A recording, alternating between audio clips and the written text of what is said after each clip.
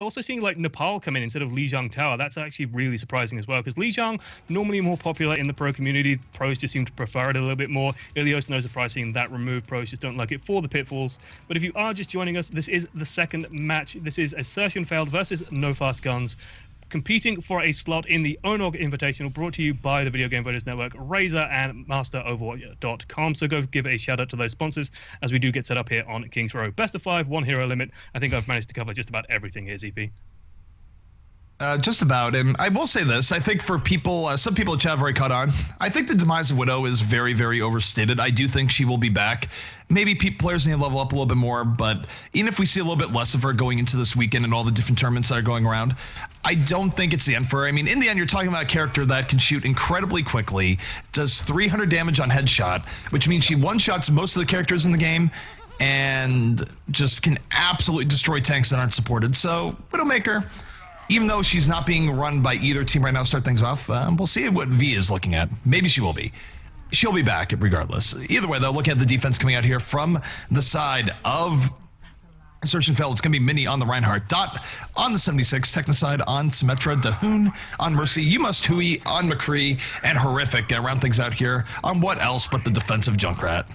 And meanwhile, on offense, we have AGM on the Mercy, V on to the Zarya, Foe on to the Street Pig, Roadhog once more coming out, the Jeffrey, the only Jeffrey, is on the Reinhardt, Frisco on the Farah, and Casper on the Lucio. So fairly standard comp coming out here from what we've seen today. And Frisco immediately eating a bullet there, taking a lot of damage, so got to be careful here. It's got to be tentative in poking out. That said, I do also like the fact that they're running the Symmetra. I think it's the first time we've seen Symmetra today, at least on this map. So, well, it's the second time we've seen the map. So yeah, Symmetra coming out though. She can be huge as long as you can still out in this first point. It looks like they're taking it slowly, although the Jeffrey looks ready to force the issue. Yeah, they're moving it right now. They're not wasting any time. No fast guns moving in. Still at full strength as they go in over the top. Frisco as the Farah landing rocket after rocket right now. Both teams have 5 players. The defense actually trying to flank around the back. A little bit of sneakiness coming up, but Technicide going to go down in short order to that offensive Farah. And Dom right now a little bit split out. You don't usually want to be in that place of 76, and as a result, the offense just slowly picking people off, and things are looking good as Foe with the double kill on Roadhog. Yeah, Doc's actually doing something interesting. I've been keeping my eye on his positioning. He has been running back and forth, but is finally punished for it by the Roadhog hook and V picking up the kill. He was sort of darting in and out of that hotel, just backing up into it nice and safely. He does have the Symmetric covering him as Frisco finds, even more kills. So Frisco going on the offensive, no fast guns here, looking really strong as they push the enemy team back towards the Foundry, buying themselves tons of space in this street phase. It looks like they're just not going to stop, TP. No, not at all. Right now, they just want to buy as much space as possible for the people back pushing the payload. Frisco will have Barrage up in just a moment. V has Graviton, so the Wombo combo is on the menu for No Fast Guns, and they are doing very well here thus far. Yeah, Doc changing things up, going for the Reaper. Horrific is staying on the Junkrat. He does have the Rip Tire ready to go, so I imagine he's going to try and get that off. We usually see a swap onto Farah here. Here comes the whole hog, going to try and break the barrier down, and the fight's about to begin. Fight is on the way. Frisco right now in the back looking for a barrage target. There's the Graviton. What a perfect barrage target coming in. That's going to result in 2 quick kills. V and Frisco combining. Horrific, though, on the defensive Junkrat, still getting some work done here in the alley. Dot going to take out Foe. This is really back and forth by both teams as Frisco landing 2 kills in the back. Pivotally, Dahun goes down to Frisco, so no Mercy Resurrect coming in there. Even though even though Dahun was still on 80%, that's not a big deal to Mercy. Mercy can pick that up in no time at all. Did actually manage to snipe out the Zarya as well, so it was funny to see sort of Mercy out-duel a Zarya for a moment. But it's looking real dangerous right now for Assertion Failed. They've got to be so careful they don't lose more space. But Dot is ready to go on the Death Blossom. Can he find a good space for that? There's a lot of high ground to exploit here for Reaper. A lot of places he can hide away and try and drop into people. It looks like he's ready to fight. He's speeding in. There's a Death Blossom. He's getting all sorts of value. Has 2, has 3. Make it 4. Mercy going to go down. And Dot finding everything he wants, completing the 5 kill. That could not have gone better for Dot in that engagement.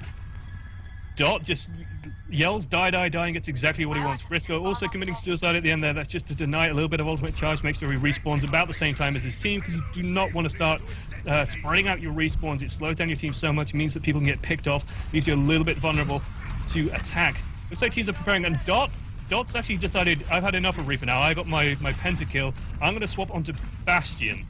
So Bastion actually rearing his head might catch people off guard here, but Frisco's hunting him down. He does know that the Bastion's out there now, so an element of surprise is gone as Foe finds Horrific. is able to find it. Yumasui moving in. There's the Earth Shot coming down from Mini, going to knock down 2. The defense setting them up, but the offense not giving up just yet. The Resurrection is up. Frisco is over the top. He could be landing a barrage here in a moment. I believe he's just lost way too many people, though. Might want to hold on to it. Trying to kill Roadhog in the back. Might do just that. But overall, I do think Frisco needs to get out of here. Yeah, they need to sort of just make sure that they're not over-engaging him, make sure they're not giving the enemy team any advantages. There we go, Frisco using the concussive blast to just launch himself out of there, and then the Mercy follows suit. I was amazed to see that Dot survived that entire fight. You do not normally see Bastions last that long, but Mini lands the Ice Shadow. Dot just sprays damage into that, and Dot is now ready to go with that tank mode. Damage Ant Bastion in tank form can explode just about anything and everything, and they have to be careful not to go slowly here, because that Bastion will just tear them into pieces as Frisco looks for an engage. And the Bastion is well protected right now. It's Frisco with the double kill barrage over the top. Now looking for the Bastion in the back. Bastion in trouble. Gonna have to activate tank form. Getting stymied by the Sound Baron. Not gonna do anything. In fact, killed himself.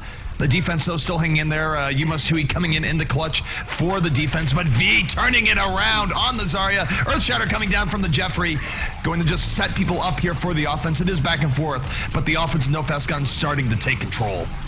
Yeah, V looking really good right now with that high charge Zarya. Going to try and hunt down Dot and finish it off. But Mini comes in, nice to charge for a little bit long, but with Foe there, that's not going to last too long, I think, as they're just trickling in now just to deny a little bit of space on the point. Frisco finding an amazing barrage in that last fight. Managed to take out both supports just before the fight began as Dahun starting on point, finds time. There's a fire at will, finding just going to clear it up, I think, and finally it's going to sail into the end. Yeah, Diva's going to try and get on here in time. Not going to happen. And Dahun was effectively the pistol warrior there for a moment, going, look, I'm just at mercy on the cart. I'm going to try and kill someone. That did not quite work out for her. Pretty fast time being set by no fast guns, though I don't think it was as fast as the time that was set by One Shot just a moment ago. Yeah, it's just a little bit slower. That's a Dot with this kill. Just like that value. It's 3, 4, 5, easy, no problem. And once those kills start landing, you just cannot let, they will not stop, because Reaper will just keep healing and healing. Well, 10,000 damage literally on the dot. 33%. Absolutely wonderful coming out of Dot there. Very well played by that man. Yep, Dot having himself a game.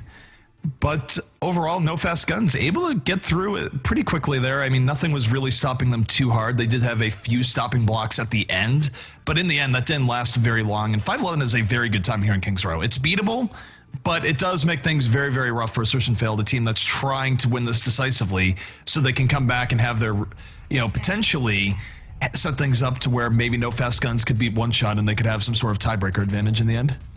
Yeah, absolutely. They've got to be so careful now. If no fast guns does take out the edge, then Assertion Fail will definitely not be making it into Group B. And once they enter Group B, it's not going to be an easy time there. There's definitely some really good teams waiting for them in that section. So this is, again, a tournament for a tournament. This is just setting up Group B, making sure that they're ready to face teams like Envious and Reunited.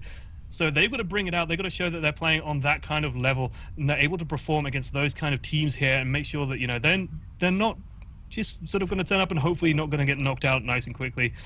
And I will say that, some of these teams are looking good. There are signs that they're playing incredibly well. I'm very curious to see if One Shot can hold that momentum going forward. From what we saw from their games, they looked pretty damn solid. I'm also curious to see just how teams shake out in this new meta. But it looks like the defensive team is about ready to get set up. We do see Foe on the Roadhog. Casper looks like he might actually be staying on the Lucio because there is no Symmetra. So Casper on the Lucio. AGM on the Mercy. The Jeffrey once more on Reinhardt. V on Junkrat. Very standard pick here. And Frisco on the Soldier 76. It's nice to see Soldier 76 sort of coming back into the meta. It's nice to see him re-emerging as the sort of the Farah answer, I guess. He's there to just spam her down, try and land that damage, and provide a little bit of extra healing support, I guess. Indeed. Meanwhile, we'll take a look here at the offense as it rolls out for the side of Assertion Failed. It's going to be Yumasui on the McCree, Dot on the Reaper, Technocide on Lucio, Horrific on the Roadhog, Dahun on Mercy, and Mini on the Reinhardt. This is definitely looking like a team comp that just wants to sort of barrel into them and attack them aggressively as possible. You can blow down that barrier in no time with the Reaper and the Roadhog in place. So I imagine they're just going to go straight around this corner and try and force the issue as quickly as they can as they land a hook on V. So V goes down immediately. This is definitely going to be a fast engage. Yeah, no, they're not wasting any time whatsoever. 3 quick kills here for the offensive Assertion Failed. No fast guns, caught completely off guard. Dot picking up the double kill in the end. And there's not much more you can say. That was just a very quick, very effective offense coming up from AF. And No Fast Guns now going to have to start the Streets phase a lot sooner than it would have liked. And to top it all off, Ultimates are going to be up much sooner for the offense when compared to the defense. Yeah, absolutely. They just blew through that in no time at all. Very pivotally, the Roadhog lands the hook, and that's why you bring Roadhog, right? He can get very quick kills. He's basically, you know, old McCree, but at a, I don't know, 20-meter range. It sometimes feels like it's an infinite range, but I assure you it's not. You can actually miss those hooks, despite what some people would lead you to believe. Yeah, that was absolutely well convincing there from No Fast Guns. They're looking really solid now to push through. 5 minutes 11 is the time to beat, and they've got plenty of time to do it in the coming phase. They're just going to make sure that no one goes down silly, and Dot looks ready to go. Here comes Dot moving in. Dot does have the Death Blossom up. He couldn't do it right away, but now he can drop an A point. There it is, and Dot with the quad. No, make it a 5 kill. Moving in, getting all sorts of value on that Death Blossom. And No Fast Guns, a team that set a pretty good time in the last round, is now just getting bullied by Assertion Failed. I think Dot might have got all 6 there. I'm not sure. That might have been a hexa kill. And that's not something you see often in Overwatch, but man, Dot is just playing out of his mind. Oh, Frisco does get picked off there. But Dot is also in position, dropping down behind, got to try and hunt down Casper. It looks like they're spawning all over the place, EV. Yeah, the defense is trying to stabilize here. If this defense was able to make a stand in the Streets phase, it would be huge, because they're on the verge of losing the Streets phase outright. Foe, though, getting into back will take out Horrific. Frisco or the top doesn't have a whole lot of pressure on him. Does have to be aware of US Tui, but the defense now starting to turn it back in their favor. The Deadeye coming out from US Tui. He just holds it, says, hi, Noon. Just kidding. As the defense picking up another 2 kills, and defense now going to stabilize. And this is a bit unfortunate for the side of Assertion Failed. They really could have gone through the Streets phase immediately, but they just get stopped short of the finish line. Yeah, absolutely. It's really looking tricky right now as well, because V is ready to go with that Graviton Surge. Frisco's got Barrage, and they have a Death Blossom to top it all off. So if they need an ultimate wombo combo, well, they have all the options on the table. So the defensive team looking real good right now. They've got to be super careful. Well, the attacking team has to be so careful in pushing in. Make sure they don't clump up too much. Make sure that Zarya just can't find what she wants. It looks like Dot actually makes the fine foe. Well, there's a Graviton coming out, going to pull all those attackers in, and here comes Foe, the Death Blossom in the back, going to set them up with the help of Frisco and Jeffrey. 4 quick kills for the defense. And even though the Resurrection is coming up here, I'm not sure they're in position to deal with it, but there's the Earthshatter coming down from Mini. Knocks down 3. Sound Barrier going to try to save them, but does not do it. The Resurrection Earthshatter will turn this fight in favor of the offense. And a really good reaction coming out from the side of Assertion Failed. And time-wise, they still have a chance here. Yeah, they still have a good 2 minutes, I think, still on the clock. So yeah, it's about a minute 50. Yeah, Mini finds the Earthshatter that he needs, manages to stun up the rest of the team, and just Dot and Yumasui clean up on the back of that. Now Dot and Yumasui are both ready to go. Horrific. Also good to go on the whole hog. So the Jeffrey's barrier, not going to be long for this well. It's going to get blown through very quickly, as if they try and force the issue. I think it's no bad. Oh, there's Dot in the back with the Death Blossom. Has 2, almost gets a full 3. Both sides really trading off kills here, but the offense going to keep the payload moving. AGM might have been looking for the res, did not quite have it yet. He needed 5%. He was not able to press Q, and now time-wise, Assertion Failed has a chance. They're moving forward. Dot going to get taken out immediately. I don't think that death was worth it, as the defense now moving on. They should be able to restabilize. Dot, I think, was just way too far out. Yeah, Dot just being a little bit over-aggressive, trying to do too much, I think. Just needed to hold his horses a bit and make sure that he's not going to give up a free kill, because now it's 5 versus 6. Now you got to be super careful in how you handle things. It looks like they're going to go right for it, though, CP. Offensive Sound Barrier coming out there. They're moving right back in. There's the Earthshatter coming out from Mini. The offense fighting in. So is Foe, though. Foe on the triple kill. Really making this up. Makes it a quad. And Reaper's really the hero of the day here on both sides. Is Foe doing lots of work, Dot doing lots of work, but the defense is going to hold on. Now, time-wise, there's only about 45, 50 seconds left here for the offense, so I think No Fast Guns might have bought themselves just enough time. Yeah, they might have just done it. They've got to try and just engage as quickly as possible. They run right into a fire strike, manage to cut down Dot by half, but they're going to try and get straight on the payload and make sure it moves as fast as possible here, ZV. Yeah, Dot right now getting to back here on the Mercy. There's only 30 seconds remaining. Dot, though, does have the Death Blossom. He's going to hit Q any moment right now, right after this Wraith form finishes. There's the Q. Going to get mitigated a little bit by Zarya, but it's not enough. They're moving in, and this could be a photo finish indeed. Zarya about to bite the dust. Here comes the offense moving forward. Time-wise, I do believe they have about 10 seconds left, 15 or so. Here comes Fair. Will Fair be able to get on the point in time? This is so close between both teams. Frisco right now raining rockets from above. And the defense will be able to stall out just in time. Earthshatter coming in a little bit late. There's the Graviton, but all this does not matter. No Fast Guns is held on to win map number 1 over Assertion Failed. Holy moly, it does not get much closer than that. Just the desperate stalls on the payload just being enough to buy them that time. They've managed to do it. I can't believe it. Some people call stopwatch into doubt whether it's tense or not, but that payload was literally 5 meters from the end there. That was just right on the verge of it. They managed to hold out with a desperate defense, managed to get onto the payload quick enough. Very, very well played there. That's breathtakingly well done. And of course, play the game going for Mercy. Just gonna bring that resurrect up. Picks everyone up nice and safely, but Mini actually counters with an Earth Shatter there. I gotta say, that's one thing where I've actually had a change of heart in recent times. I don't like the Mercy play of the games, and every now and then you'll get like a big 5 res, and okay, maybe that deserves to be up there, but anytime you get like a 3 res where it's sort of routine shift Q, I sort of look at that and go, is that really play of the game? I feel like usually there's more entertaining DPS plays that happen over the course of it, and just sort of a shift Q isn't that great. I realize it's hard to give Mercy play of the game, but I've gotten very tired of some of the Mercy play of the games as time has gone on.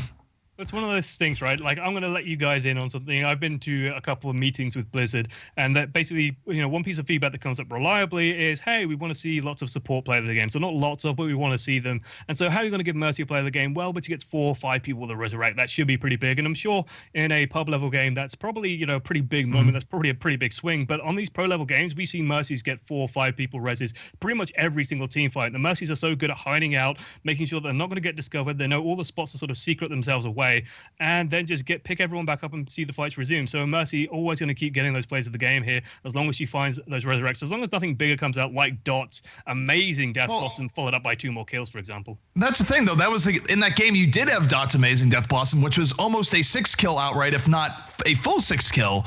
And the Mercy play of the game got more points than that for the algorithm. It's just like, wait a second. Because you don't see, even by Reaper standards, you don't see a 5K come out all that often for Reaper. That is much rarer than a 5 Mercy res, and I don't know.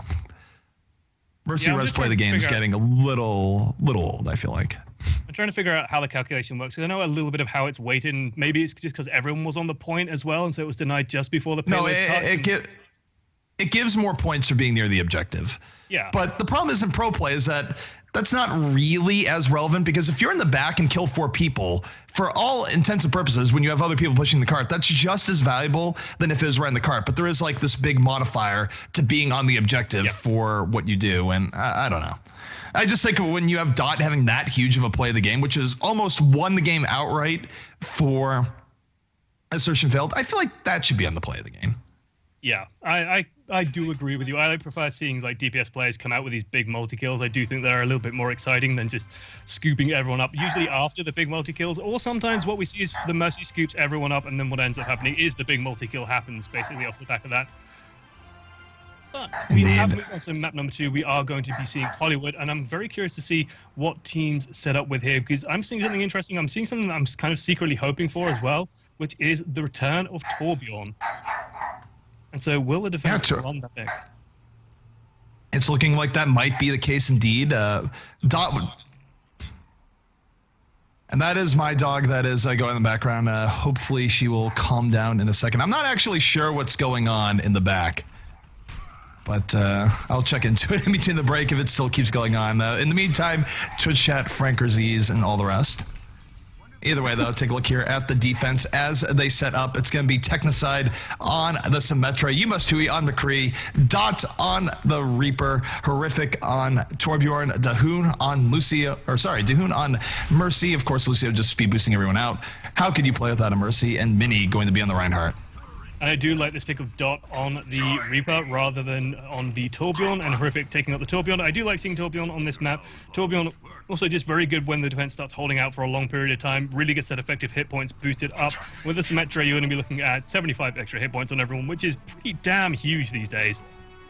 So it's definitely very nice to see. Meanwhile, on offense, we do have No Fast Guns coming out with Casper on the Lucio Foe, on the Street Pig, on Roadhog V, on Zarya, Frisco on Farah, the Jeffrey on Reinhardt, and AGM bringing out the Mercy. So standard lineup as well, standard in this post-McCree days as well as Frisco jumps up on over, tries to find what damage he can. Will they find the turret nice and quickly? Technicide goes down immediately, so that turret is going to be gone for a little while.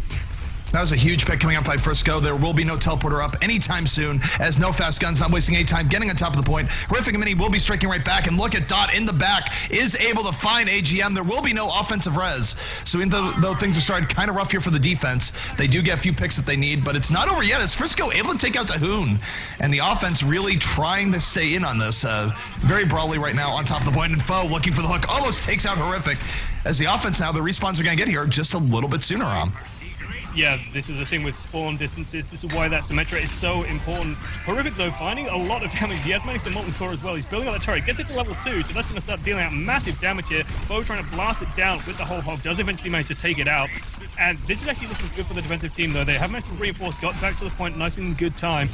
And yeah, they might just pull this out. And I want to point out something as well, just for the defensive team, just for Dot. He managed to sort of hide out around the corner. And I want to bring up something in FPS that always bugs me, which is check your corners.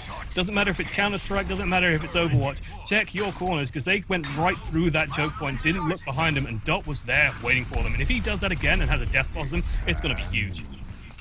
No, Death Blossom is on the menu as they move forward. So is Barrage. Both teams do have some weapons as they move into this next fight. Dot right now can't be too aggressive, but he is creeping towards the other team, looking for his opportunity. Might just go in through the stairs, and oh no, he's going to find Mercy. This is not good. AGM going to go down immediately. Dot found what he wanted, got the double kill, and now he's going to be able to walk into the rest of the offense here. Might not even need the Death Blossom, just taking people out with left click after left click. And Horrific now in such a good position. He has 200 scrap on him. He's going to just throw out a bunch of armor packs, and then everyone is going to have that extra 50 armor, and that can be really, really damn huge. When people don't go down in good time, it's a massive pain in the ass. And also, these turrets have just been finding so much damage. No one seems to be dealing with them. No one seems prepared to deal with the Horrific snipes out Frisco. So Torbjorn finding the damage he needs there, landing the hits that he wants. And this is actually looking so good now for the defensive team. Dot is ready to go. Mini's ready to go. These two are going to be massive in the next fight. And Horrific also sitting on 85%. Molten Core is super hard to push into. And it looks like No Fast Guns is just trying to figure out how they want to do this, how they're going to set up this push, because they are stalling out now as Frisco finally rejoins the fight. The one thing going in favor of the offense here is that they don't have to worry about teleport. Oh no, they ran right into the Death Blossom. Someday are going to mitigate the worst of that. That could have been way worse for the offense. I think if Dot had activated Death Blossom a little bit earlier, it would have taken out most of them. But there's the Graviton Barrage combo coming in over the top as Frisco picking up 2 kills. The counter wombo on the way. Resurrection will be coming up here for the defense, but might not be enough. The offensive momentum here is nothing but huge. But Yuma's Hui off the res, getting 2 kills. Frisco going to put an end to that, though. And though not as clean as the offense might have liked, things still looking really good for them. The offensive Resurrection coming up, and the defense now in some rough shape. And part of it is that they do get the teleporter up towards the end, but if they had the teleporter up to begin with, it would have been way better for their reinforcing. Yeah, it looks like they've just managed to finish securing it there. Super close with Dot, almost managed to get the kills he wants. They clearly came up with their plan, they clearly came up with their strategy, moving through the security room into the back corridor, taking out the turret as soon as possible. Didn't quite notice that, hey guys, there's a Reaper here, by the way, we need to kill that as well before he kills everyone. Reinhardt getting the barrier up and in place, making sure that not everyone dies to Dot's terrifying Death Blossom so far. As we move into the streets phase, we do start to see high ground become so much more important. We usually see Genjis come out here, for example. Widowmaker used to make an appearance, seems less so these days, so it's going to be interesting to see how teams adapt to this stage, as yes, it looks like the defensive team is moving around, trying to get to that elevator, to slowly move up there as Horrific does take the high ground. We'll start laying down some of that Soldier 76 fire, and he's going to be difficult to shift. But they have to be careful here, because V's on 80%, and once that Graviton surge comes in, this team's going to be all clumped up, and even without the barrage, it could be huge, it could be ruinous, especially as Flo's going to have a whole hog very soon. No, absolutely. And right now, the defense, they are charging in. They think they see an opportunity. Mini moving in, has the Earthshare, will knock down 3. Mini swing the hammer, looking for the kills. Horrific going to clean them up over the top. And a good charge in here from the defense of AF. Yeah, looking pretty good right now. Managed to land the Earthshadow and Horrific just on the high ground, shelling away with that Soldier 76 damage. Even though it does have range drop-off, it's still pretty damn dangerous. Even at medium and long range, it will still deal enough damage to lay some hurt on you, especially when you've got someone like Dot barreling down on you as well. With the Reaper sort of Hellfire shotguns raining out destruction, it causes such big problems. But all of them crammed onto the lift, or elevator if you prefer, if you are so inclined. But they do have to be so careful now, as the barrage will be ready fairly soon.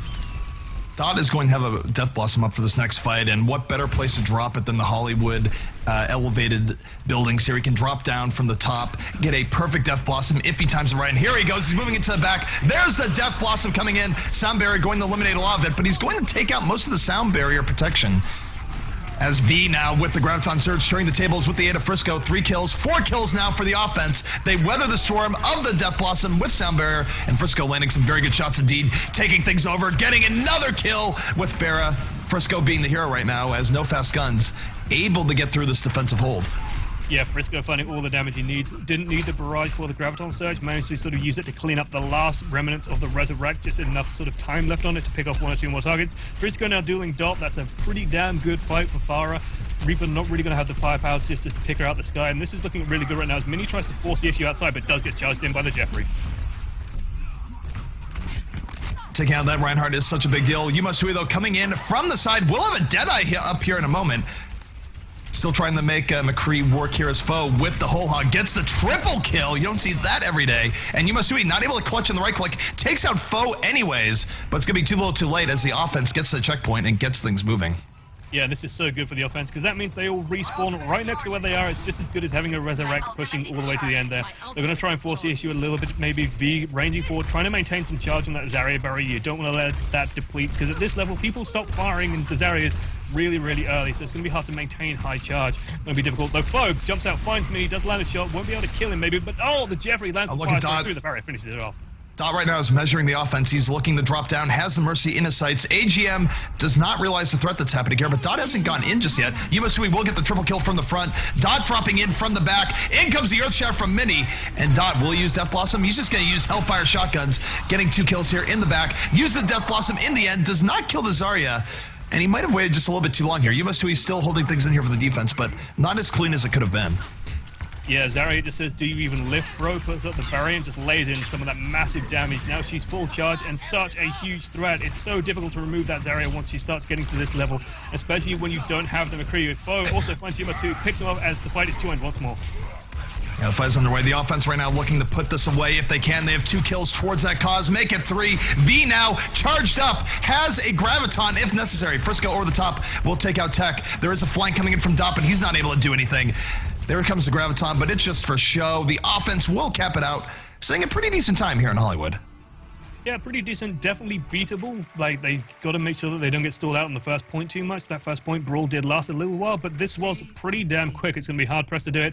And ZP's favorite, a Mercy Ultimate, probably going to be playing the game right now. Oh, this is actually when Dot's about to jump in as well, so we do get to see sort of Dot in the back there, picking off people. They do get sort of railed into that. Dot holding on for so long. It's interesting to sort of watch this in review. Unfortunately, we don't get to see the whole fight. But yeah, it was interesting to sort of see him just standing over Lucio, shelling him with shotguns rather than jumping over and trying to fire off the Death Blossom and clear everything up at once, basically. Maybe just wanted to wait out the barriers, but didn't sort of figure that Zarya's going to hold on as long as she did. I'm not sure, but questionable decision there perhaps from Dot. I think in the solution, by the way, to play the game issue, you just show more than one play of the game. You show 2 to 3 play of the games, and then you have one that maybe be a support play of the game. That's fine. But the only play of the game being a Mercy res is just so anticlimactic. It's just like, oh, okay, 3 people got rezzed. Yeah, I can see that said, you know, do you really want to wait the 20 seconds for each one to play out, or just like try and snap through them as quickly as possible? ZP, I've lost your camera. Hopefully you're still here. Give me a shout if I can still hear you. I'm still here. I'm blowing my nose. Oh, okay, that's why you've turned off your camera. I was worried for a moment that I'd lost you there. Thank you for sort of sparing me the side of blowing your nose, though. Absolutely lovely. I very much appreciate it. Apparently, you might need to lobby as well. Foe apparently lost connection. That's no problem if we do. So I'm going to let the teams know that's okay. Alrighty, so we will be going back to lobby in just a moment. They're saying Foe has lost connection. And this kind of thing does happen. Yeah, it's not a big deal when it does happen. As long as it's right at the start of the map, then it's perfectly fine just to go back to lobby, though. Foe might... Oh, no, Foe's back, apparently. So, hey, we're good to go. Let's continue. Right. Lovely. That's what take a look here at the defense that will be powered by Foe for the no fast gun side. It's going to be AGM on Lucio, V on Junkrat, the Jeffrey on the Reinhardt, Foe on the Roadhog, Casper on Symmetra, and Frisco going to be on the 76. And meanwhile, for the attacking team, we do have Dehun, and once more on Mercy. Dot bringing out the Hanzo once again. So Assertion failed, definitely liking that pick. Tech aside on the Lucio, horrific on the Zarya. Humus Tui on the McCree, and Mini on the Reinhardt. I actually kind of, you know, I'm warming to Hanzo here, especially on that streets phase. Just seeing how clumped teams get on that high ground. Having the Dragon available is such a huge threat, but oh no, Dot. Dot ruins my dreams, picks up the Reaper instead. But that said, Reaper's just as good. do have to sort of solve the problem of getting Reaper there and getting Reaper into position, especially if you're trying to graviton surge him off the high ground, but then he might swap up coming into that second phase. It's going to be interesting to see how this defense goes forward. We do also have the Symmetra, so if they don't make something happen fast, then hey, Symmetra's going to get a teleporter up, it's going to be that much harder. No, absolutely. Symmetra really sets a timer in the offense to some extent. The offense wants to get through before she gets the teleporter. It gives them higher premium on the first offensive run. But speaking of the offense, here they go. Assertion failed, just charging right in. Mini taking out the Jeffrey with authority. Dot with a little bit of follow-up, takes up the Mercy. There will be no res for the defense here, but Dahoon died pretty early as well. Both teams will be without their Mercy. It's turning into a brawl here in the fight, but Mini and Horrific going to bring this forward here for Assertion failed as AF slowly taking control. Yeah, Assertion failed looking real good right now. They managed to take complete control of it. Reinhardt's going to try and get back into place, but finds Dot, and Dot's just going to shoot him away. Down he goes, and that's going to be a lot of charge with Dot. Dot is ready to go already, and he's going to start ranging ahead in the fashion that we've seen him do before. Symmetra does have a teleporter in pocket, but I imagine she's just going to change immediately right now. There we go. Foe actually finds Tekaside in the process, though. So this could be risky here. Dot trying to just stay ahead of the team. It does sort of go straight for the high ground where it normally is. But Frisco's found him. Frisco's just going to say, hey, no, that's our high ground. That's where we belong. We want to take that over. As, oh, no, there's the Roadhog. Does find him. Down goes Dot's adventures. Dot, definitely a good player. Might be a little bit overbold in some of these ranges going out ahead. Now the team's going to be without him. And now, it looks like the defense is moving in. They know that the Reinhardt is down. They just want to take advantage of this where they can. But this is dangerous for defense. If you get punished going this far in, the offense can absolutely turn the tables on you in an instant. And note that Dot is back into the fray now. He does have Death Blossom up, and the defense really needs to back off and secure the position. Because here comes the offense. They're speeding up. They know they have a small opportunity here, but they're going to back up a little bit as well. Focus on pushing the cart. Dot right now a little bit far up. We'll have to back up. And here comes the barrage over the top from Frisco. Frisco picking up the triple kill. They did not see Frisco come in from the flank, and they are punished horribly as a result. Yeah, and I'm just looking at the team right now for Assertion failed. They do not have, again, a good answer to Frisco at the moment. There's just the McCree, and McCree at medium range does really start to drop off, and it's going to struggle to get through a Mercy pocket healing Frisco as well. So that's actually going to be very difficult for them to deal with. They really need to try and get a Deadeye or something just to pick that up the sky, because without Widowmaker, you're really going to struggle a bit. It looks like they've got a force the issue on the front line, ZP. Yeah, there's the Earthshare, though, coming in from the defense. Gonna knock 3 down, setting them up. Frisco over the top with some follow-up. Dot, though, coming in, picking up the double kill, in part from the Death Blossom. So the offense not done just yet. Yumasui with the support on McCree. He's going to go down the foe, but both teams really fighting out here on top of the point. No answer to Frisco, though. Now that Yumasui is down, he's going to pick up the double over the top. And really, this is a big key to the defense right now. If they take out Yumasui early on, they don't have a huge answer to the Pharah. And you actually look at this right now, Dot is going to go to Widowmaker. He has had enough of Frisco. Yeah, I like this trade-up. I think that Reaper just wasn't doing it. There's just not a good way to get Reaper into the enemy team. And even when he did get into the enemy team, didn't have enough damage to sort of take out foe. There goes the Graviton Surge. There's the Earthshatter. So they're ready to fight. Yeah, the Graviton comes in, but the Sound Barrier mitigates a lot of that. The defense able to weather the storm. They are all sorts of charged in. Everyone on top of the point here. Foe with the whole hog will take out Mini, but here comes the offense now, charging right back in without Mini. They have the Sound Barrier up and ready. Not quite doing as much as they want to. Frisco with the barrage, getting another double kill. And once again, Frisco able to do whatever he wants on a fight, gets the triple in the end. And they got to do something about Frisco right now, where right now the McCree hasn't been able to do it, and the Widow was not able to do it on that last fight. Yeah, so now they decided, let's try Soldier 76. Let's bring out another one of Farah's counters and try and shut that down. Because Frisco right now is finding all the damage he wants. And with that Mercy boost, that Farah really, really does hurt. So if you can't shut it down, it's just going to cause you so many problems. Also, Foe doing such a good job of just laying damage into Reinhardt, making sure that anytime they charge, he's got that whole hog ready as well, just to sort of deny them that. That's a Yumasui trying to push Frisco off the high ground, trying to nudge it around, sort of go wrap all the way around the flank here, but they're getting a bit scattered. And yeah, Foe finds Dot, takes that in good time, and Frisco still shelling damage all this time. Yeah, the defense is in great position here. V, in fact, has a Graviton Surge, just holding on to it. Might not even need to use it in this fight. Yumasui, of course, is switched on to the Pharah. Does take out the Jeffrey. Now looking for Frisco from the back. Frisco, though, with the Zarya's shield, going to absorb that mid-air rocket. And I feel like the offensive assertion fail just doesn't know what to do anymore. Yeah, it's sort of like they can't quite solve the problem that is Frisco. And Frisco now dueling Yumasui in the air. Can he find the shots he needs? Does actually take an air shot, but does have Mercy pocketing him. Down goes Yumasui, picked off there. Resurrect does go off on the point as well, so will sort of buy them a little bit more time. But Frisco there's a barrage. The cleanup absolutely coming in over the top. Frisco again getting another double kill. I think Dot had the right idea when he was on Widowmaker. He just didn't commit to it for long enough. He went Widow for one run. It didn't work out. Got off of Widow. You can headshot the Pharah to take her out. And Widow is still that effective, but if you're not that comfortable with it, it can be a problem. Yeah, now deciding to swap to the Roadhog. So just interesting pick coming out of that. That said, USU is ready to go. Horrific also getting off the Zarya and has gone on to the Reaper. So they do have three very pivotal ults coming up. They do have Earthshadow ready and waiting as well. Looks like they're going to try and force it here. Yeah, the Graviton on the way here for the defense, going to suck the offense in. They're already down one player. Make it two. Mini going to go down. Dot looking for the hook. Just going to hit the Reinhardt shield instead. And again, this just seems to be where No Fast Guns has them wherever they want them. There's not that much time left remaining here either. I think officially time might be over sooner than we think, as Frisco going to finish things up. There's about 2 minutes left, so they would have to have everything go right for the offense right now. Yeah, they basically have to clean up on this next push. And on this next push, they are running into a barrage, into a sound barrier, into a shadow, and into whole hog. So that's going to be a pretty big ask. That's why they do also have pretty much like everything ready to go. It's just a matter of getting there and landing it. Whole hog's going to blow through the barrier, and Frisco is going to be looking for that barrage.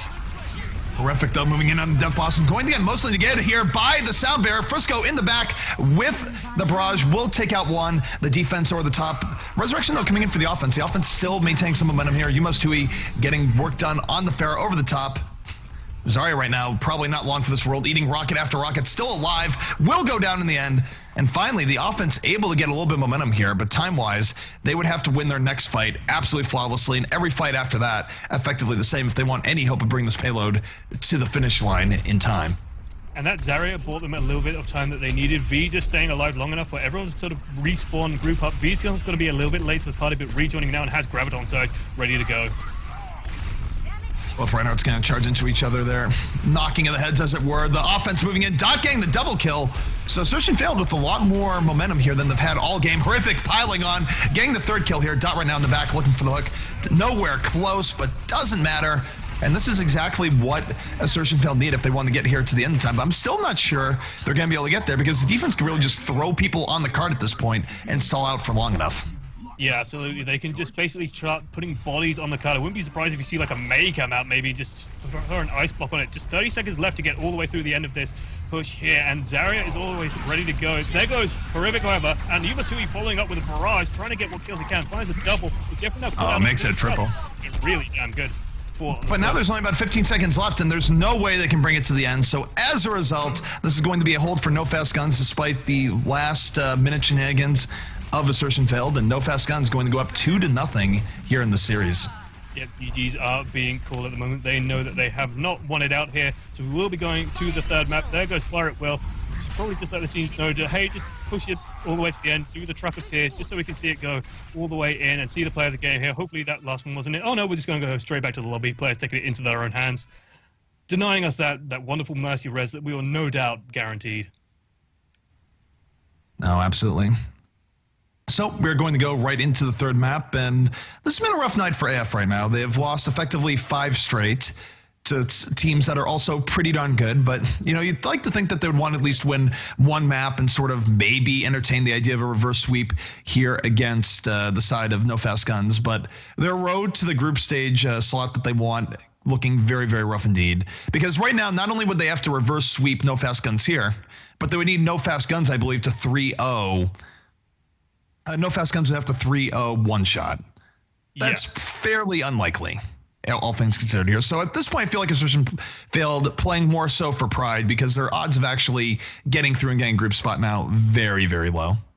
Yeah, they basically have to bring everything back and then hope that everything goes according to plan. And, well, that's probably not going to happen.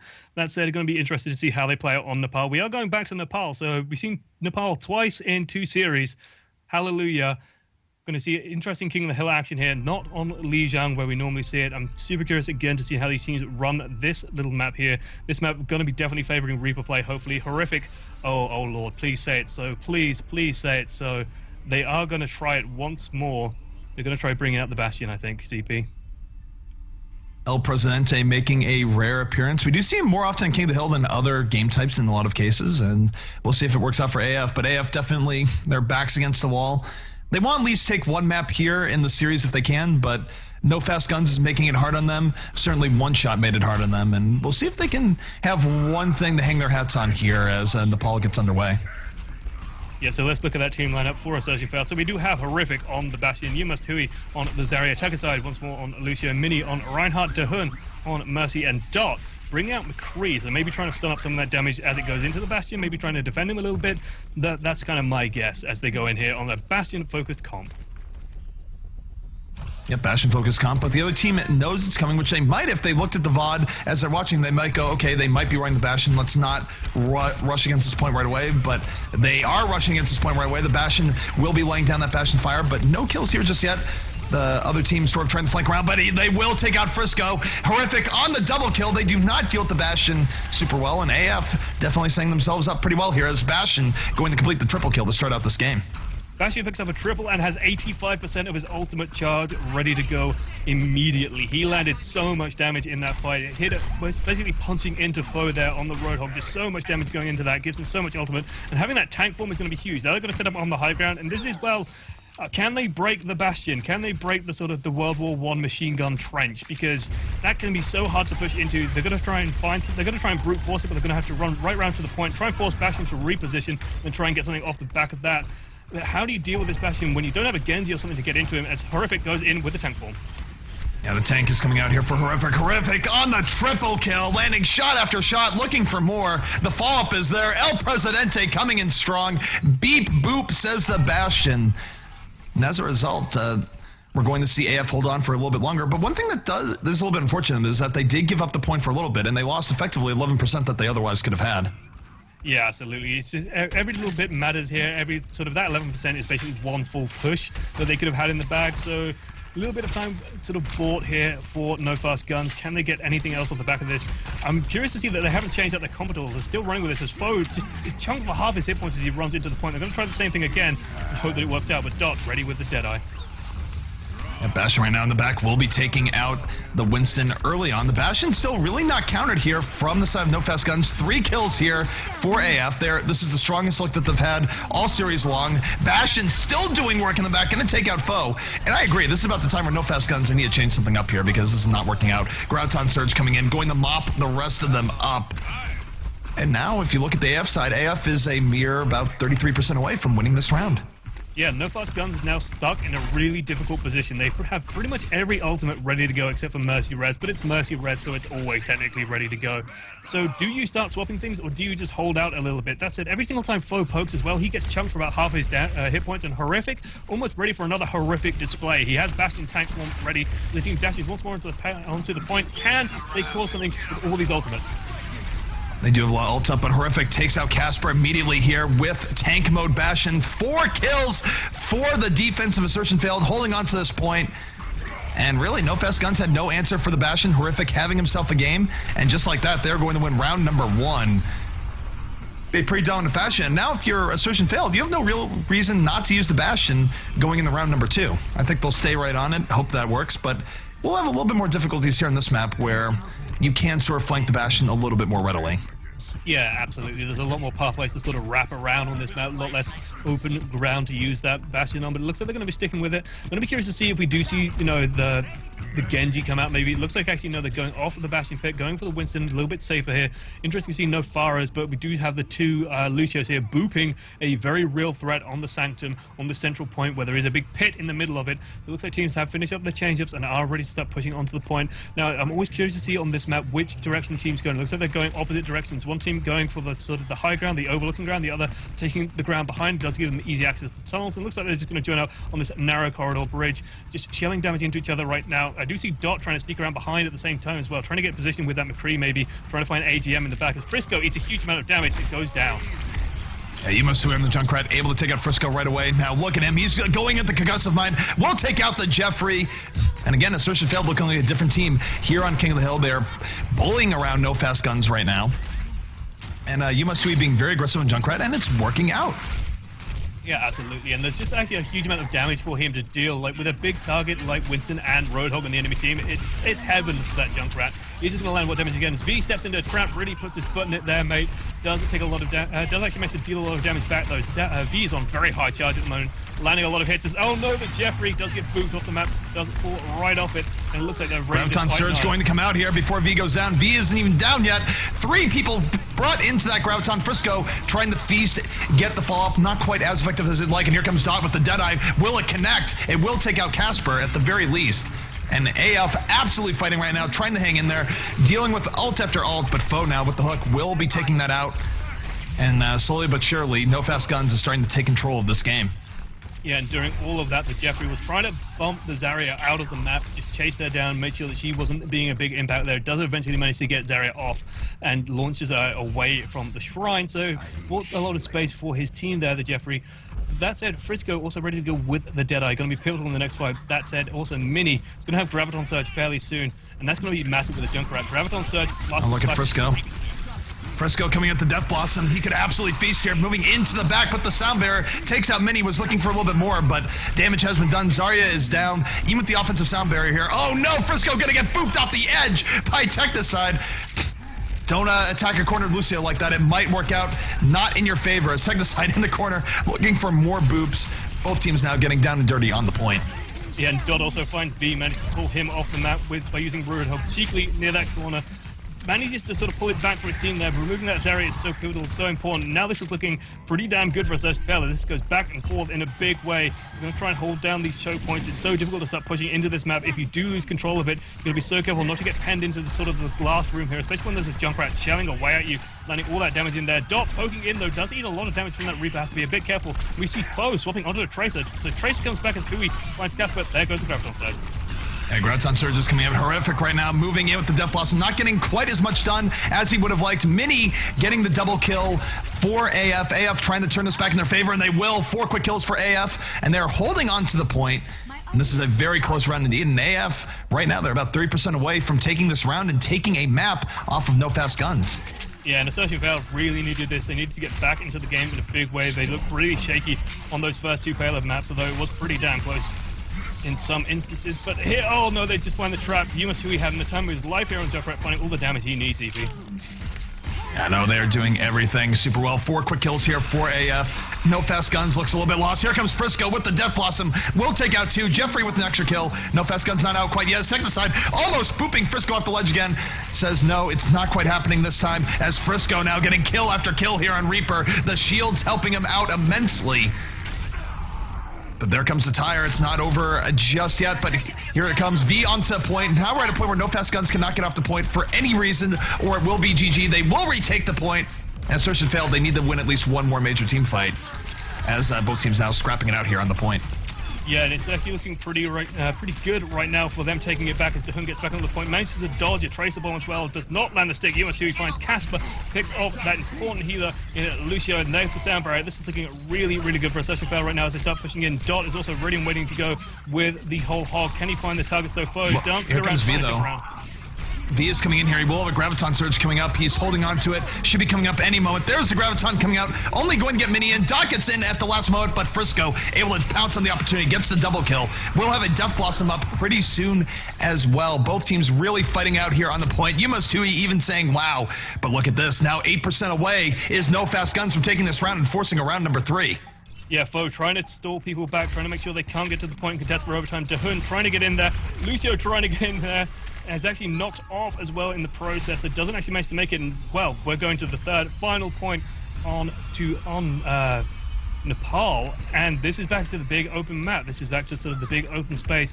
Going to be interesting to see if teams change up the play. Wouldn't be surprised to see the Junkrat change perhaps, although Junkrat can be fairly strong here. There's lots of places for him to spam down. But considering it's a lot more open, considering there's a lot of pathways, would not be shocked to see that change up here. Also going to be interesting to see if they stick on the Tracer. She was working pretty damn well, but you've got to be so careful with that Tracer. She can get picked off so quickly on these maps, and Dot finding the hooks that he needs so far. So can Foe dodge Dot? Can Foe build up enough ultimates? Can Foe explode Dot enough is the big question. And it looks like they're staying on this Tracer as they're going straight for the point. Yeah, no, they're staying on it. And this is where No Fast Guns, they just want to end this right now. They don't want to go to map number 4. They'd rather just end this a quick 3-0. Assertion failed, of course, looking to make something out of nothing here in a night that has not gone all that well from them here just far. Frisco, though, will be taking out Dot very early on here in this fight. And the offense of No Fast Guns definitely getting what they need. They have 2 kills here moving forward. Frisco has Mercy in his sights. Will get taken out by the Junkrat in the end. But overall, the momentum absolutely in favor of No Fast Guns right now as they move forward. Foe going to get the cleanup here. Reaper running for his life. And down he goes. And now they've got to be super careful because their spawns are going to be a little bit out of sync. Yumasui just coming back now. Horrific's going to be about 5 seconds behind.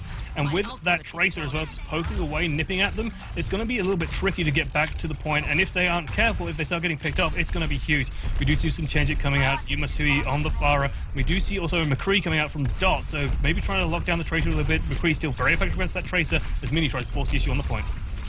Frisco right now will have Death Blossom up any moment. He does have it up now, takes out Mini, could drop the Q at a moment's notice.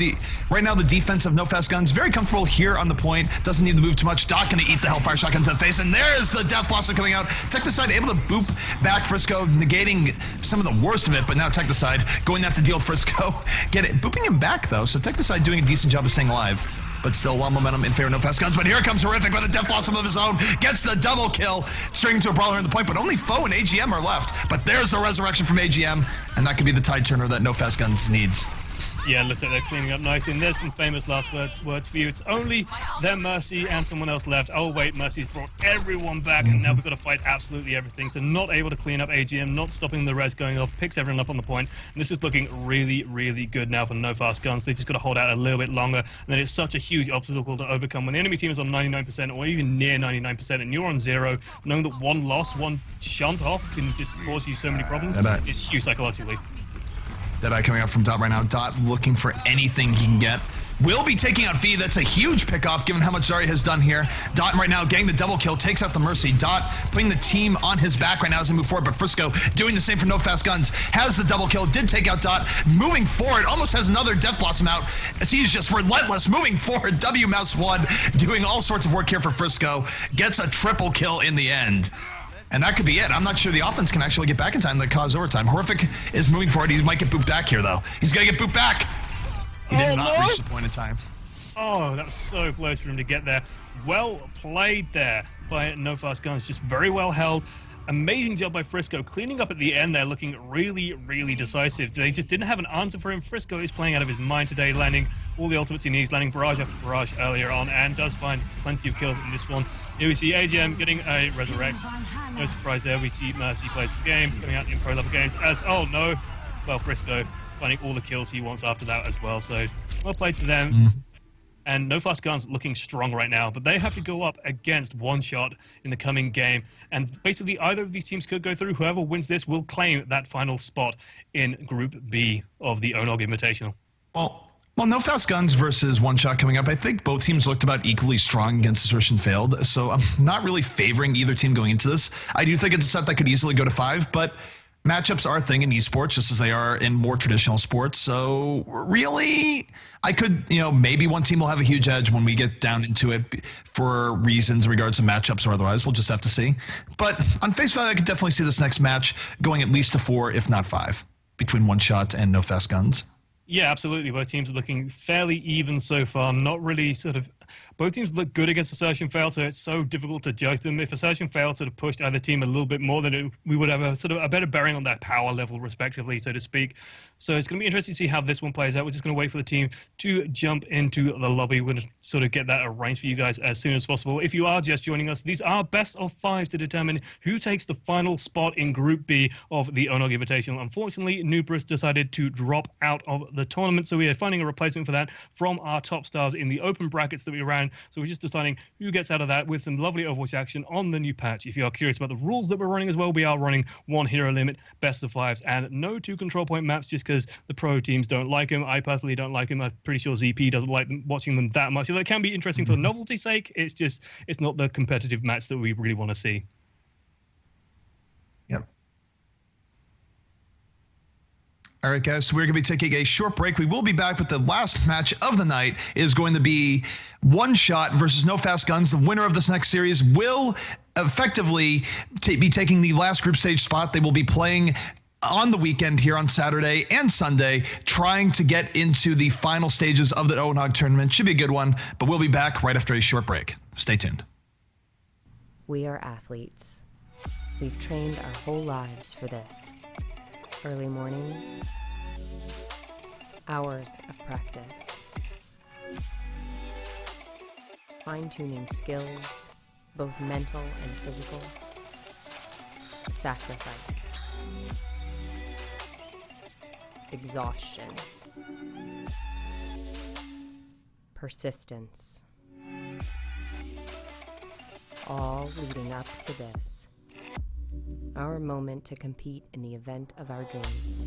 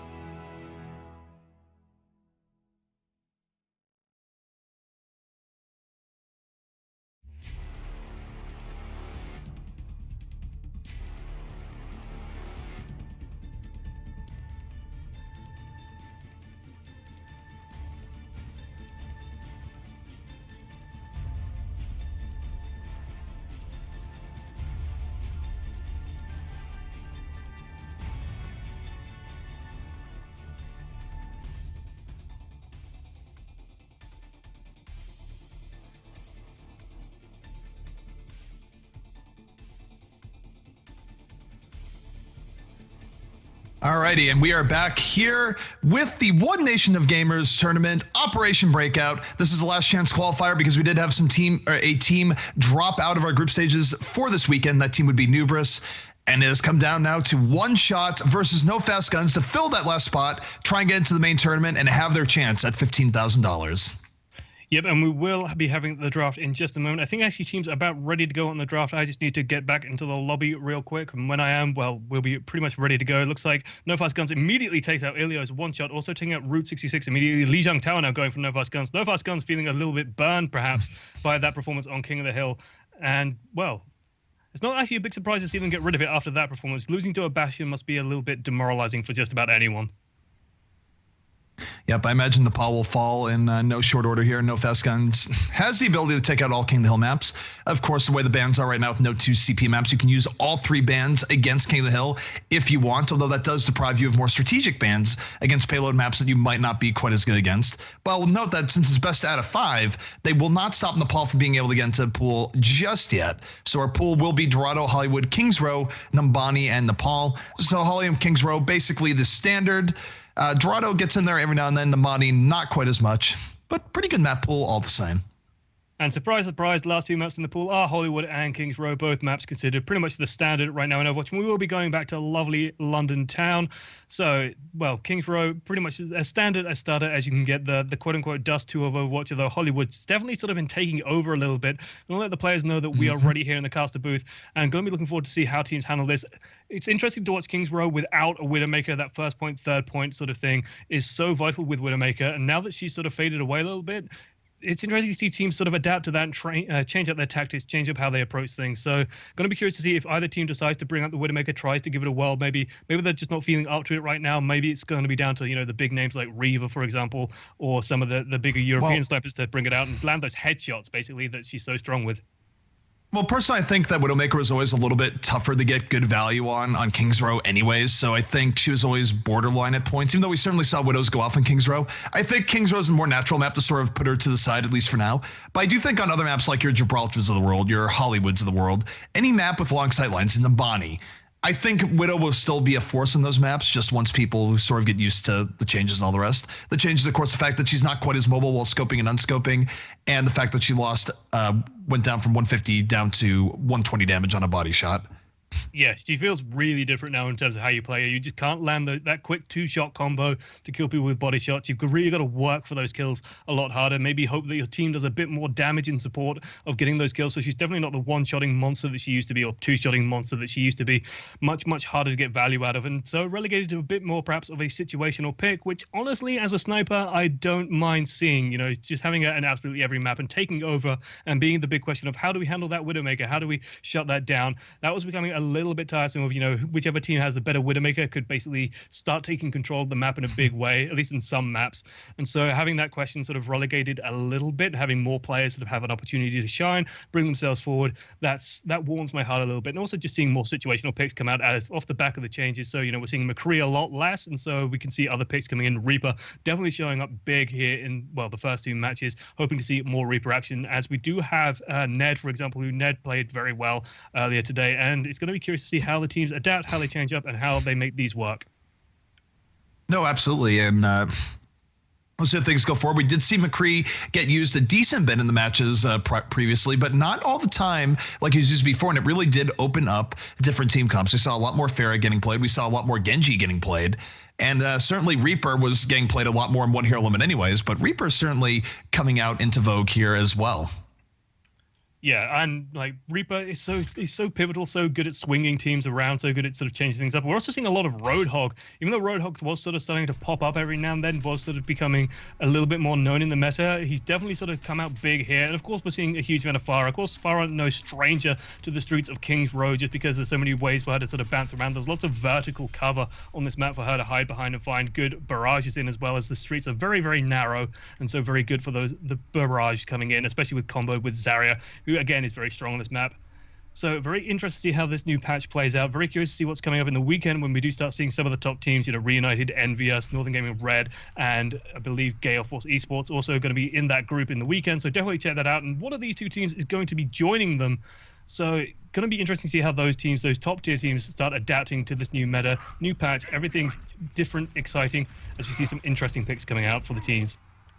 Well, look at the defense as they roll out here. It's going to be for the side of One Shot, Xe on the Winston, Chronic on Reinhardt, Ned on the Reaper, Psycho on the Mercy, Roof on Lucio, and Ultimate Weapon rounding things out here on 76. I do like the defensive Winston pick. Winston actually not the worst against Pharah. It can be problematic for the Pharah times to get in on the Winston effectively, and also pretty good if you see a Genji coming out. Now, we from the observer point of view see there is no Genji coming out, but Winston pretty good on the defense, especially with the more projectile-focused offenses that are coming out.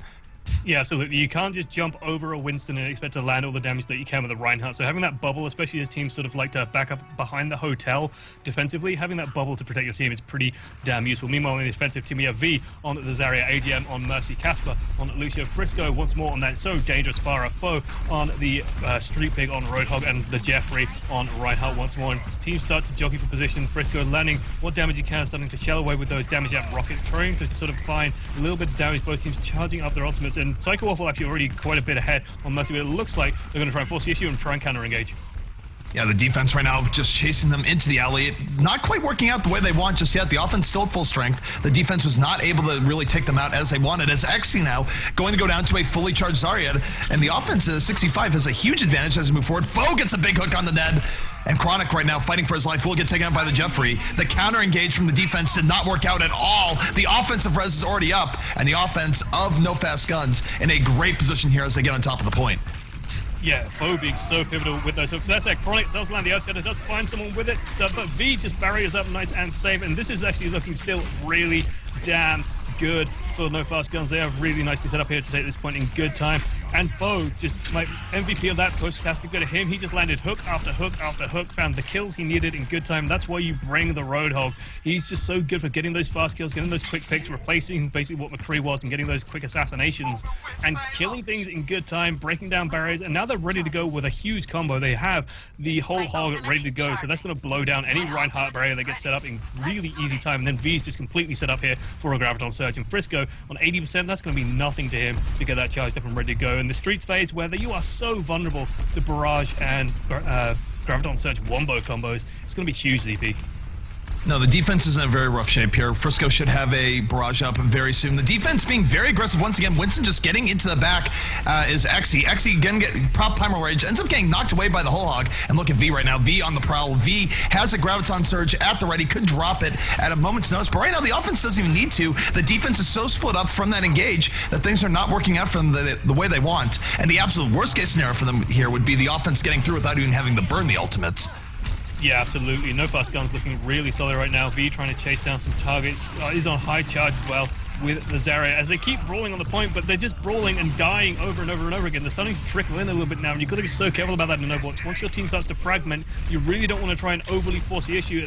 As Rolf is dodging away from Frisco, trying to survive, Jeffrey says no, shouts, bring me another, as Reinhardt is often want to do, smashes him out of the sky. Now look at the ultimates.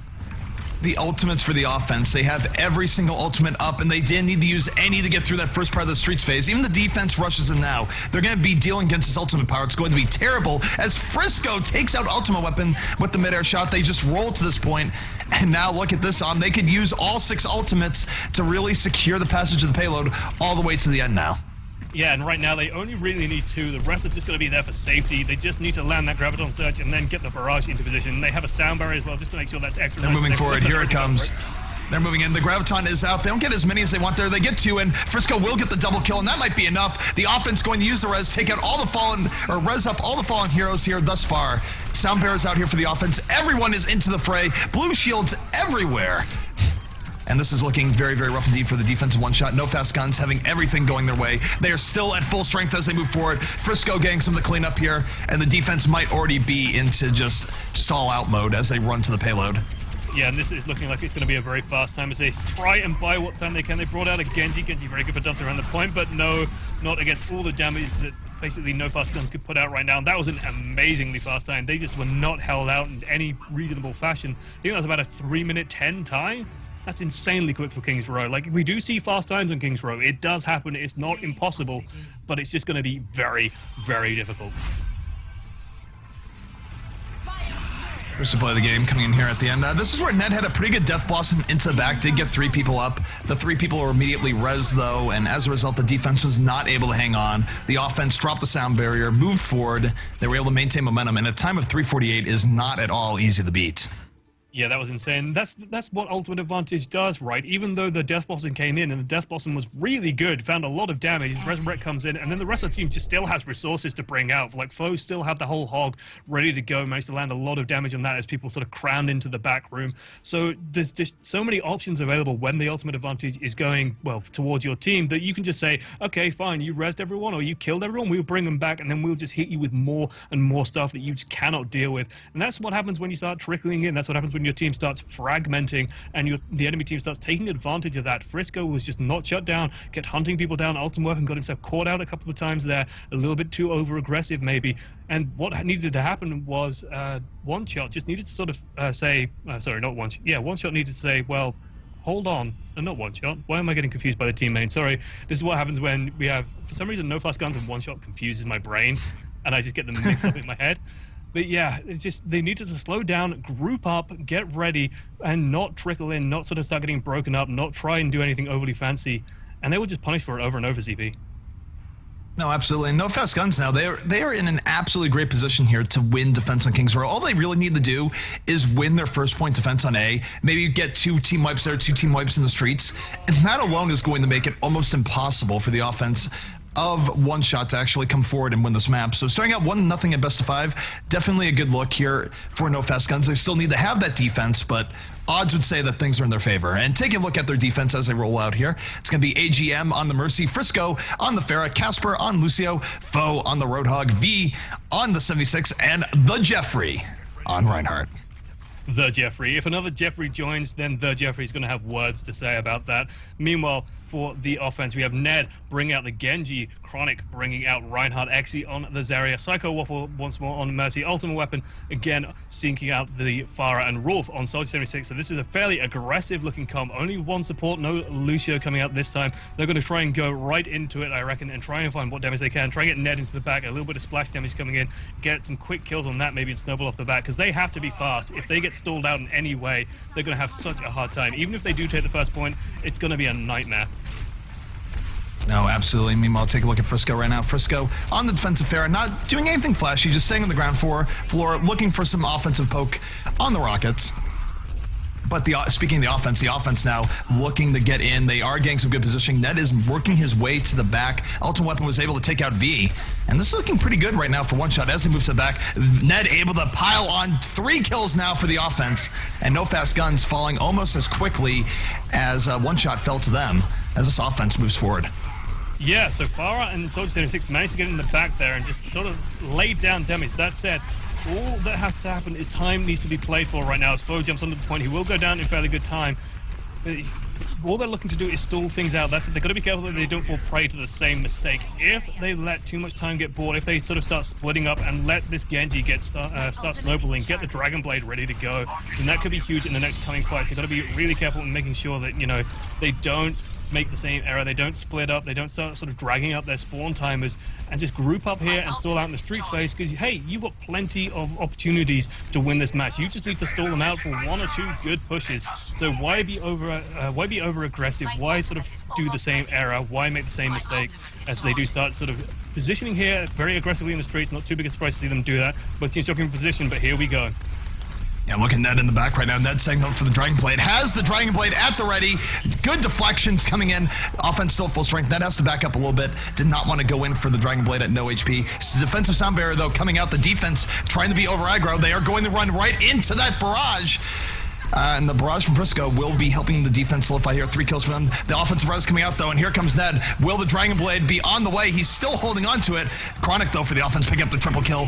Now, this doesn't even use the Earth Shatter. Defensive res is up. Here comes the Dragon Blade, getting to the thick of things, but the Earth Shatter gonna knock Ned right down.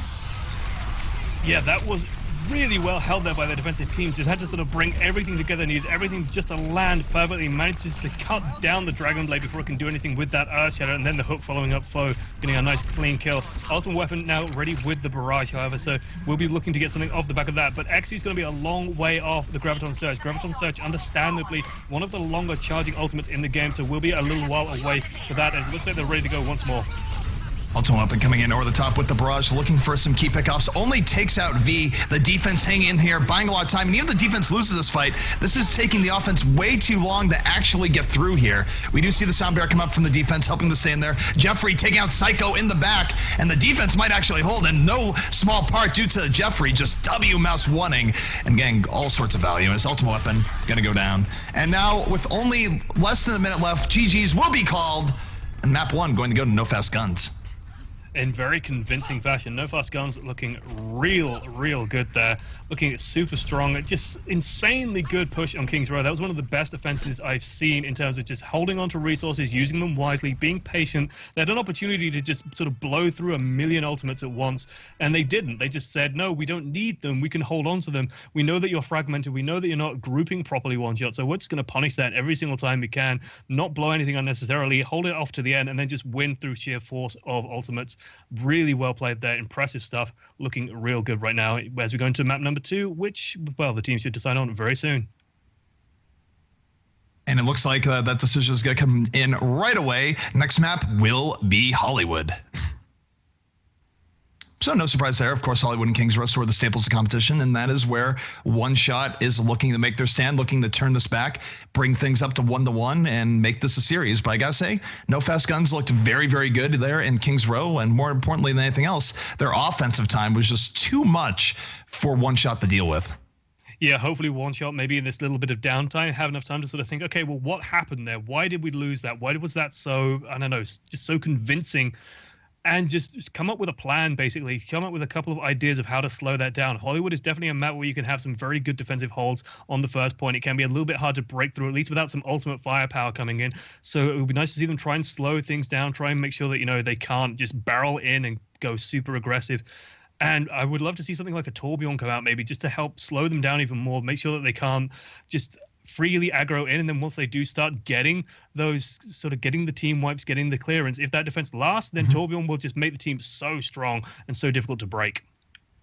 Yeah, no, I think we might see Torbjorn get used a little bit more in maps where he was used historically, your Nambanis or Hollywoods of the world, if for nothing else, because people are going to be looking for things where, okay, maybe if we're not running a McCree or Widow as much, what do we want to put in that spot? And maybe Torbjorn is the answer, maybe not. I know teams have been sort of hot and cold on him over time, certainly colder as time has gone on, but we will just have to see. I mean, he definitely does like popping his head out, especially on Numbani. I do love seeing Numbani defenses with Torbjorn, just because the positioning is so clever in how they arrange it. But meanwhile, it looks like the defensive team is about ready to go. So we do see No Fast Guns running Junkrat with V, Casper on the Symmetra, the Jeffrey on the Reinhardt Foe on the Roadhog. AGM is going to be swapping onto Mercy in no time at all as he speed boosts Symmetra out to the front line just to get her turret set up in nice and speedy time. We usually, I mean, before we had hero limits, we used to see 3 or so Lucios just speed boosting Symmetras as fast as they possibly can just to make sure all 6 turrets go up. And meanwhile, we have Frisco back on that so dangerous Pharah. Frisco's been playing incredibly well today. No, Fresco's definitely been having himself a game. Certainly the new meta has been very favorable to him. He's had some great Pharah play, and certainly you look back the last time we saw his defensive Pharah, it worked out very well for No Fast Guns to the point that AF really had no answer for it whatsoever. But they are not up against AF. They are up against One Shot, and looking at the One Shot offense as they set up, it's going to be Exy on the Winston, Ned on the Genji, Chronic on Diva, Rolf on the Lucio, Ultimate Weapon on the offensive Widow, Psycho. Okay, Ultimate Weapon is going to switch off. He was on Widow, but he's saying at the end, maybe we'll go 76. And Psycho, I don't think the Zenyatta is happening, but it might be happening, just to sort of go for the idea of blitz down the enemy Mercy, and who cares if you don't have a res. Yeah, I mean, this is just a super aggressive team lineup. They want to barrel in there. They want to get as aggressive as possible, jump on the enemy team in a big way, get a couple of quick kills, and just try not to deal with the Mercy at all. Try and kill her as soon as possible, get rid of that threat, and basically win it off the back of that. But they're going to have very, well, I'm actually really glad they swapped to the Soldier 76. It just gives them that little bit of extra healing as they jump right in. Can they find the kills they need, ZP? Yeah, they're not wasting any time. Chronic going to get knocked out immediately, though, into the Diva without a mech as Frisco takes out Psycho in the back. Zenyatta's still very fragile. 2 kills here for the defense, and this offensive gambit not quite working out the other one. Chronic, though, was able to get his mech back up. As soon as he gets the mech back up, it almost goes all the way back down. He has to run for his life. And the defense is going to hold firm here. The offense is going to have to back up, reset, and it looks like they might have had a disconnect as well. So that's a little bit rough. Yeah, Rufel actually DC'd right at the start of that offensive. So basically, just as they were going through the choke point, they lost Rufel. and teams are calling for lobby. We're not admins, so we can't make that call. It was past... I was going to say, it was past 15 seconds, so I think the rule here is no remake. I think technically the rule is no remake, so that's the technicality. If both teams are okay with it, then maybe. But again, like I know teams don't like it when we just leave it, so hey, it's going to be up to them. We're going to have to wait for an admin decision or admin clarification on that, but for now, I'd say just play on, and then we'll see how the teams, see how it figures out over time. Because this is really unfortunate when this happens, but we do have these rules here for a reason. We do sort of set it up so that, hey, teams can't just decide, hey, that push didn't work out, we're going to DC. I'm sure that's not what happened as he DC'd before the first push, and both teams seem to have stopped playing right now. It looks like they can't also invite him back. He has managed to rejoin. All right, Rufus game back in. My personal take on that is that the rule is 15 seconds because they actually went out and did a first push. I think per the rules, you would have to say it counts. As much as a DC is terrible, but they did do their first offensive push even without him. Yeah, it is sad, but it does happen, and so we're just going to have to play on for now. Just going to let the teams know, play on for now. As they wait for Rufel to come back in, teams sort of jockeying for position. It looks like they're actually ready to re-engage. The offense moving in. There's the Transcendence. Transcendence will be keeping them healed up as they move forward. The defense trying to deal with it. The Jeffrey swing the hammer. Ultimate Weapon, Psycho pick up 2 kills each as the offense moves in a little bit more aggressively now. Ultimate Weapon having himself a fight, has 2 kills, looking for the third, as the defense now slowly starting to get mopped up. And finally, you see One Shot getting a little, or seeing things go their way. Yeah, One Shot even finds the teleporter, actually manages to take it out in fairly slow time being a Winston, but they will just manage to clean up on the back of that. I thought they were really going to struggle there because their gambit was basically to leap in as aggressively as possible, kill Mercy, and then go off the back of that. Mercy stayed alive for a long time, manages to get the resurrect he wants off, and then they still win off the back of that. I think at some point, Frisco managed to kill himself with his own rocket, and then the Junkrat also going down to his own damage. And they're actually really well set up here for the second phase. I'm not surprised at all to see Psycho Wolf will swap off the Zenyatta, going to the more traditional Mercy, but they have a Winston, they have a Genji that's so powerful here, where high ground is so important on this point. That's why they're going to be careful that they don't have the trap or they can't deal with Frisco. We saw this backfire earlier today, and Frisco is looking in a really solid position right now. There's just Ultimate Weapon is the only real thing that can handle it on that Soft 76, so can they keep Frisco in check? Well, the offense does charge in pretty aggressively there off Chronic, but the Jeffrey is not able to get the Earth Shatter down and said he's going to go down quickly. And note, Ultimate Weapon was able to take out AGM. There will be no defensive resurrection coming up. The offense has a huge opportunity here. Any picks they get will be final. The resurrection not in play as Farah now running for her life. Ultimate Weapon in hot pursuit. Pretty good offense coming out from One Shot after a shaky beginning. Yeah, absolutely. One Shot definitely making up for lost time here as they do start to go in. Flo's going to just drop the whole hog, maybe trying to buy time, maybe letting his team come back a little bit. But Ned's also still in the back. He's going to cause problems as they still have the Jeffrey is going to land the Earth Shatter, looking for it, but the counter Earth Shatter comes in instead. Chronic read him like a book. Resurrection going to come up here for the defense. The defense though in rough shape as Ned is in the back on the Dragon Blade. Gets 2 kills here so far, looking for a third. Slicing Roadhog right in his back. Roadhog running for his life. Will go down to foe as Frisco on the defense, able to come back up, gets the barrage, gets the double kill, but still the offense with way more momentum right now, Yeah, the offense looking really good as they just start cleaning up on the point. The Jeffrey sort of a little bit outnumbered right now as Ultimate Weapon's going to land a lot of good damage with that Soldier 76. And they're going to make it in relatively good time. They sort of made up for a little bit of lost time here on the second point of Hollywood.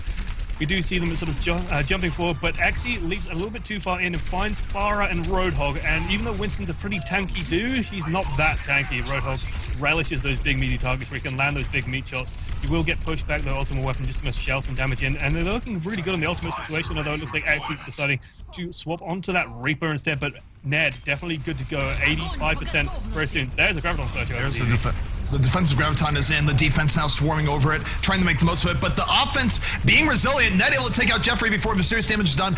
Ned in the back gets the double kill. Has Dragon Blade at the ready. We could be seeing in the Chiefs here in just a moment. In fact, he is looking. Mercy going to go down. He doesn't even need to pull up the Dragon Blade right now as the offense getting very deep into the back. Farah right now running for her life. Ned looking to take her out. And a beautiful deflection going to take out Frisco midair with his own rocket. Ned having himself a life right now in the offense. And the offense really all the money in the world. And here comes the Dragon Blade. Jeffrey sliced down.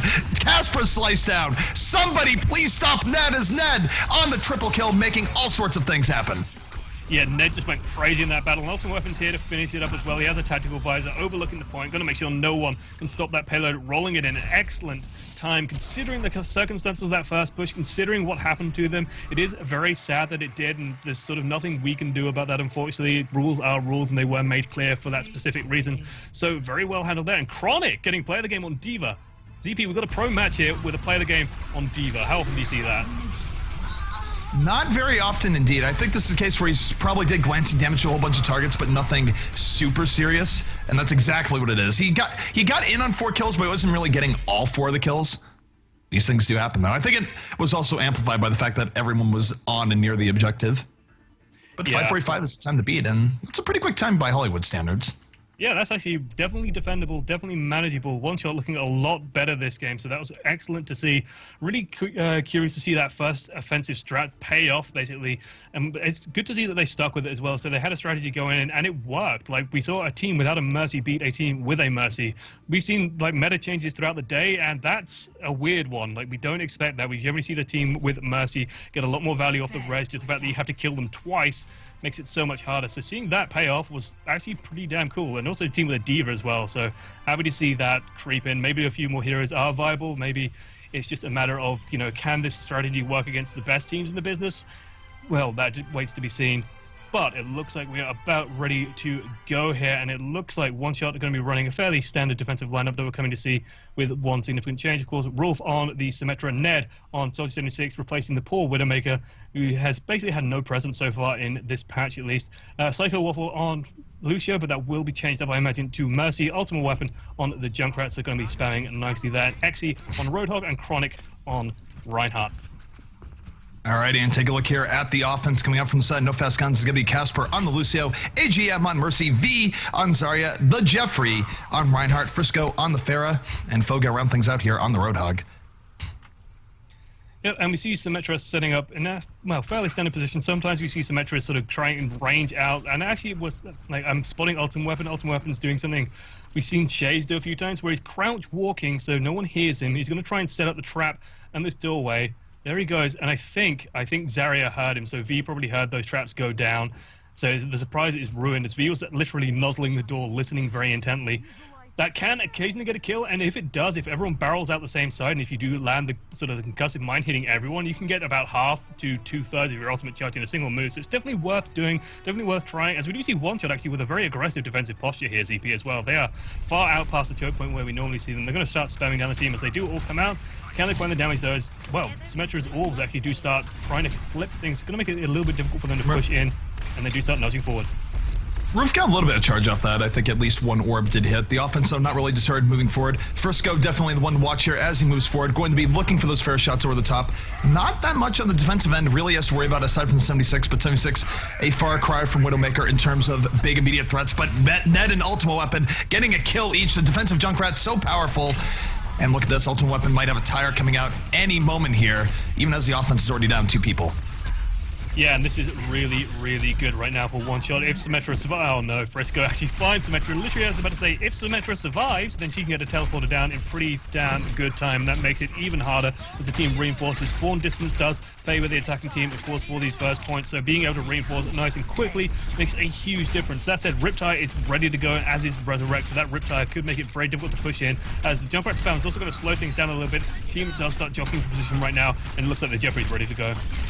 Yeah, they're moving in. They do. Jeffrey lands into that trap. It stops his Reinhardt progress cold. He gets taken out by Ultimate Weapon and Ultimate Weapon on the double kill, getting everything he wants done and more. And here comes the tire. Fire in the hole.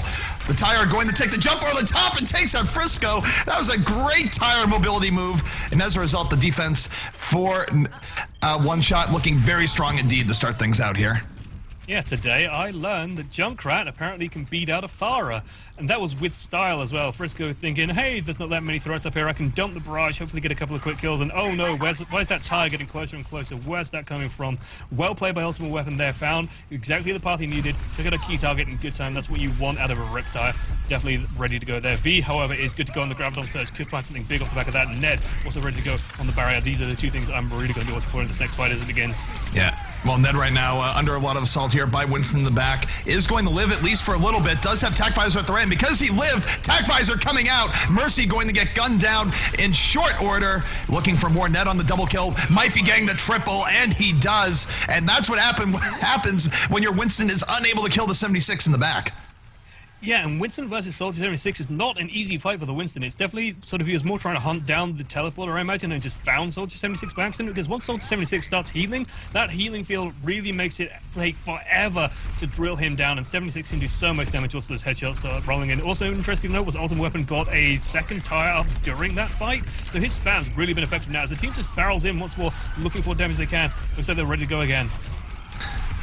Yeah, Ultimate Weapon able to get the first kill again. The Junkrat has been such a huge problem to deal with for the offense here thus far as he goes in and flanks out Frisco.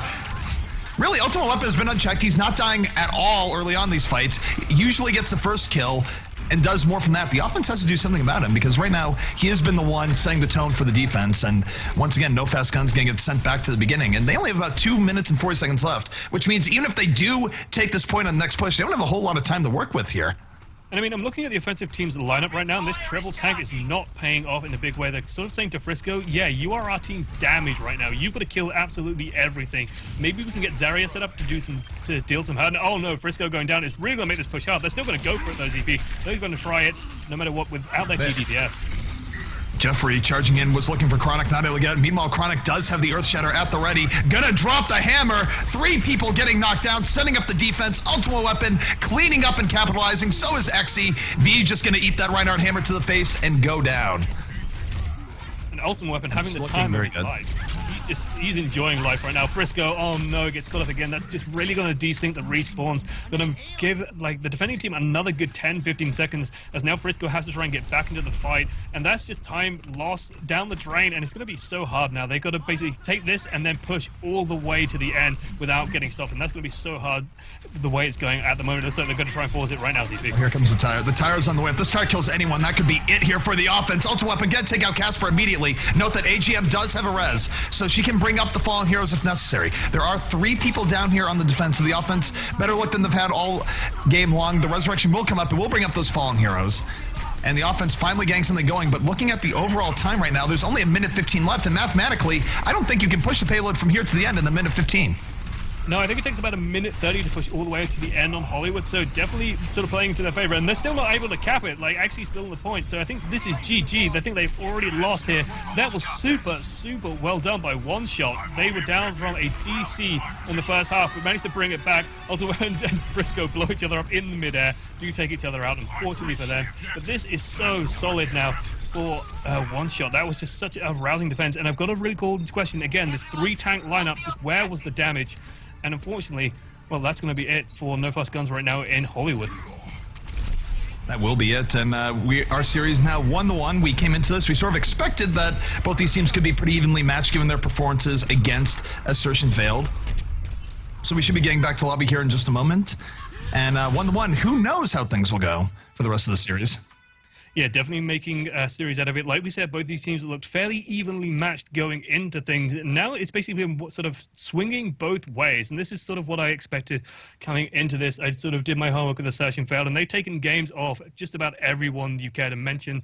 So them being a little bit binary or a little bit up and down, I guess, is not too surprising. They looked so good on Kings Road, then looked fairly weak on Hollywood.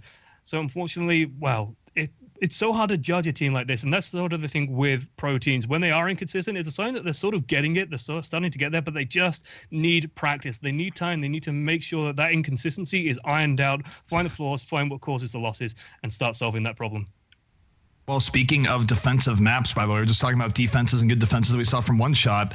We see from the side No Fast Gun saying, look, you want to look at defense, so let us show you our Dorado defense. Dorado, of course, one of the most defensive maps in the entire game. Only Route 66 Point A can really compare the Dorado Point A. And maybe No Fast Guns has something special in store here for One Shot, because if you look at the defenses that just came out, you'd almost want to give the advantage to One Shot, but it's very possible No Fast Guns just had better luck on Dorado. And yeah, that's absolutely. where we're going to be going to next. Yeah, Dorado, it's such an interesting map because once you lose that first point, the second point can also be a bit dicey, but then the third point is so hard to break as well. You've got to really force a high ground advantage, able to go up and over, find some good ultimates to push down that hairpin bend that is so tight. Apparently, Rolf is currently AFK, that's fine. The teams have been playing for a little while now, so they get a little bit of break. No, just kidding, he's here apparently. Okay, so the teams are trolling us. They're trolling you guys, delaying the game a little bit, so that's definitely going to put them in you guys' favor. But we should be ready to go here in mere moments. Game 3 on Dorado in the Onog Invitational, seeing who rounds out Group B in this series of best of fives. Whatever team wins this series will be taking that last spot, and we'll be going up against teams like Envious and Reunited. So they're really going to have to step it up, ZP. No, absolutely. I mean, this is really the appetizer. If you can't definitively beat your opponent here in the qualifier to get into the group stages, you're going to have much tougher competition in the actual group stages. You go against real juggernauts of the scene, as you mentioned. Teams like Envy will be participating. Of course, they have been absolutely phenomenal as of late. I don't expect that to change. The move to a team house, very beneficial to them. And of course, we will see potentially new looks coming out from them too, because they've been running McCree Widow and everything. Maybe they'll still run that, maybe not. We will just have to see. But we are loading in here on the Dorado, and we already have a pretty good look here at what the defense is going to be running. It's looking like for the side of One Shot, it's going to be Ned on the 76, Xe on Lucio, Chronic on the Reinhardt, Rolf on the Symmetra, Ultimate Weapon, almost certainly going to be on the Junkrat, especially with the performance we just saw. Psycho, I wouldn't really expect that there. He's going to be on the Mercy. He's just chilling as May, but that's going to be a Mercy in the end. Yeah, I imagine maybe they're trying to lift Rolf somewhere clever, or maybe they're trying to put some people, into locations you aren't expecting with the Ice Wall. You can definitely do that with May. I think that's a little bit of an underrated ability as well. Yep, definitely doing that. As I think they just lifted Symmetra up so she can get some 3 turrets down onto that flanking route, onto the back route there, which honestly isn't a bad idea if Genji's sort of creeping back into the meta. There goes Psycho Waffle swapping back onto the Mercy. But meanwhile, for the offensive team, we have AGM on the Mercy, Foe on Tracer. So Tracer actually coming back here. Frisco on the Farah, Casper on Lucio, V on Genji, and the Jeffrey on to Winston. Nope, first decided we're going to change it up. We're still going to go mobile, but we're going to go Diva. I imagine that might swap up once more. But it could be a Diva. Diva, there's a lot of pathways for her to use on this map, but I'm not too sure on the pick here. I think it's going to be sort of struggling against something like a Junkrat, which you are always going to see on Dorado Point 1. Junkrat's so powerful here, can spam out so much damage. It looks like they are going to be sticking with it, however, so let's see what Diva can manage. Yeah, I'm a little bit surprised at this lineup coming out here. There's no offensive Lucio. They're running the Diva. It's very non-traditional, to say the least. Of course, lots of things are non-traditional right now.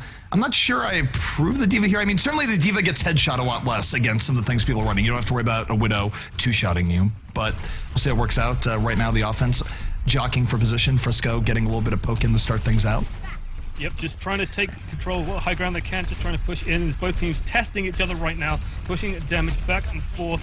Symmetra orbs coming in, but actually finds a hook on the Jeffrey, does land a good meat shot on him. As Diva actually set up in the high ground as well, just trying to push the payload, not really forcing the issue right now. His ultimate weapon finds the Jeffrey, does take him out, doesn't draw first blood here, ZV.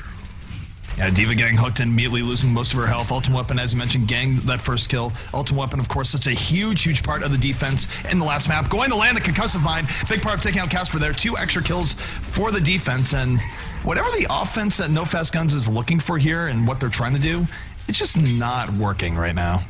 Yeah, I'm racking my brain trying to figure out what this Diva is going to be bringing to the team. What are they trying to deny? Maybe they're trying to sort of, I don't know, force out some of the Junkrat spam, trying to catch some of that in the defensive matrix and force in on the back of that. But then you're just losing so much. Why not run the Reinhardt instead, who could basically do the same thing and bring a big AoE stun instead? We do see V actually managed to get into the back there, but did get caught by those Symmetra turrets, so has to go and find some health now. Will take a little bit of time going hunting that down. Frisco right now might be going over the top here in just a moment. He will be looking for the Barrage. Barrage, of course, is at the ready. Has to be careful not to go too far in, lest he get killed in the middle of the Barrage. The offense really taking their time. Xe, though, will take out V in the back, which means any offensive push here is going to be a 5v6. It's not great odds, but they're going in anyways. Here comes the Barrage over the top. Will take out Chronic and Xe. Both tanks going down for the defense, but just as soon as they go down, they come right back up. The Resurrection from Psycho on point. And the defense doesn't really look that deterred right now. Yeah, although here comes the res. Can they get anything on the back of that? And V going in with a Dragon Blade. Yeah, the Dragon Blade is on the way, slicing and dicing, looking to get some pickoffs if he can do it. Slicing, looking for the Reinhardt. Gets knocked back a little bit. Reinhardt sort of swinging the hammer wildly. I don't think Chronic has a whole lot of health left. He will go down. And the offense now, off of the rest of their own, starting to make this a little bit more to their advantage. Frisco getting the big cleanup there over the top. But even still, I gotta say, I think that would have been better with Reinhardt. The D.Va, the ultimate went off, but just didn't seem that effective. Well, actually, let me try and explain that, because I think I saw what the intention was there, as it looks like the teams are going to be rolling again. But D.Va landed the bomb, and then they used the barrage off the back of that. So when you fire that bomb, it forces people into interesting places. Frisco, though, picks up a double. Can he make it a triple? Can't quite find it as Exy. He's going to... You'll find Roadhog and Sen, the defense still doing their best to get back onto the point, but really just sort of chaining deaths, trying to buy time. Exy, the last one remaining. Rolf getting in here. And this is a little bit risky because if defense just sort of dies horribly on the point and their attempt to retake control here, they're not going to have a great look here for the Streets phase. But right now, they do have 3 people back in the point. Ultra Weapon is back over the top, does take out Casper, and the defense might be pulling the impossible here. If they can just get a few more people back onto the point, they do have 2 kills here thus far, and they're slowly starting to fight back the offense, though it's very, very close between both sides. Yeah, Frisco's finding what damage it can be. Again, saw them try and use that D.Va ult. So what happens when you use D.Va ult is everyone runs and hides, and that can set people up in nice little clumps for, say, you know, a really talented Tara player to land all crucial damage that they need. So they actually do make it through point A. I'm coming around to the D.Va pick if you use it like that, if you're properly coordinated, and if you don't get punished for doing so, if they don't manage to sort of blow through the D.Va very quickly. So I'm warming to that pick, as long as you are using it to set up ultimates, using it as sort of a zoning ultimate, forcing people into places they don't want to be, and then capitalizing big off the back of that. Now they're actually really well positioned as well for this high ground battle. They have a lot of heroes right now that can jump up there. They have Sound Barrier ready. They have V ready on Dragonblade as well, all ready to go. And Barrage on Frisco, going to be big here as Ned does find the Jeffrey. So we'll take out the Gorilla in the back. But they're still sort of stalled out, still stuck on this high ground, not quite finding the position they need. No, not quite yet, but there is an Earthshot coming down for Chronic. Chronic threads the needle, takes down 3 people in short order. The defense going to push them right back and reestablish control here in the Streets phase. And I mean, I don't know. I see the entire thing of zoning people out the D.Va explosion, but it's still really easy to get good positioning in a multitude of ways. And maybe arguably it sets up the barrage a little bit, but a Reinhardt having good positioning, forcing people back just by being Reinhardt, and also having Earthshot, I feel like just has more effect on the game. Because even the D.Va, you saw how long it took them to actually finish out the attack there in the middle. Yeah, absolutely. And also I'm very curious to see how they deal with Ultimate Weapon now that Ultimate Weapon can sort of get set up on this high ground. When Ultimate Weapon is so high in the sky, they have no great answer to that. They just sort of got to rely on Frisco landing air shots. Oh, there's a Sound Barrier coming out. D.Va's looking to climb up to the top, wasn't able to do it. Instead had to settle for just going over here the other way. Will take out Ned, who is in tac visor, though. He's slicing and dicing in the back. Has the deflect up. Only gets 1 kill here thus far. But here comes Exy with the defensive Death Blossom. Gonna take out 3. Yeah, now we do see that swap onto the Zarya. And again, I've got to wonder how they're going to deal with Ultimate Weapon here. What is the answer to a Pharah that's so high in the sky that Genji's definitely going to land it? And well, apparently the answer is a triple tank lineup. V swapping off the Genji, going onto Roadhog, maybe trying to land a hook. Definitely going to try and deal with that Reaper as well, as Reaper that hides in the church, just sneaking away, hoping to land a death. But he's a long way away from that. I said he's going to definitely be a massive threat in the back here. These tanks are just going to be such meaty targets for him. Yeah, the tanks will be meaty targets. You see Ultimate Weapon now coming in over the top. Nothing on him whatsoever. Nothing stopping him from firing rocket after rocket into the offense right now. Is looking for the Mercy in the back. Might find himself foul the Roadhog, but will punch Mercy down. 3 kills here for the defense as they mop up the rest of the offense. Should be a clean wipe here, and they've bought themselves about another 30-40 seconds as the offense going to have to regroup yet again. Yeah, 1 shot holding out on the second point of Dorado. Normally you see teams do this on the first point, and the second point is a little more hard fought.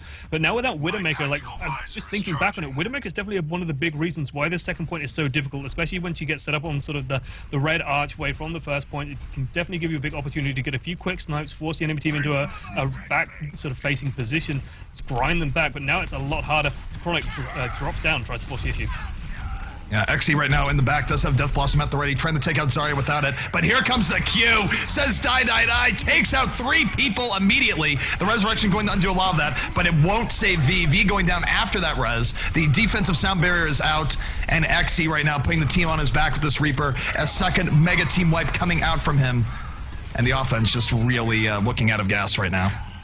Yeah, they've got to make something happen real soon. Chronic still swinging away in the back there, but Ultimate Weapon's just holding onto a barrage. So even if they sort of needed desperate times, they have it. They have a massive tool sort of in store right now. They're just being very patient, holding onto it as Exy finds a double kill. And this is so dangerous now. The team is definitely sort of starting to trickle in. Frisco goes down to a beautiful air shot from Ultima. So Ultima definitely going off in a big way right now. And they've got to be so careful that they don't start fracturing up. They don't really fully desync their spawns. They don't start trickling one by one, because all they're doing is making sure that Xe is ready to go once more. Chronic is ready to go once more. And the enemy team, One Shot, is just looking so prepared to defend this next push. Well, if No Fast Guns has any hope here whatsoever, it's going to come off the Graviton of Foe in the follow-up of Frisco. They need that Wombo combo to come in big, but look at this. Xe does have Death Blossom at the ready. Both teams have a lot of options. The defensive Earthshot coming down from Chronic. Here comes Xe with the follow-up, taking out that. Oh no, the Resurrection is out, but here comes the Death Blossom. Any moment now, will he hit Q? No, he will not. V will deny that from him. Xe perhaps getting a little bit greedy, and now the offense with an opportunity to extend this out. Frisco with the barrage over the top did take out two. The momentum all in favor here of the offense. And what was looking so good from the defense now just crumbling before their eyes. Ultimate Weapon going to try and stall for a little bit here. But one Genji versus the world, as good as Genji can be, that might be too much. But he will take out Frisco with the deflect. Ultimate Weapon still on the point. Will the defense get here in time? And no, they will not.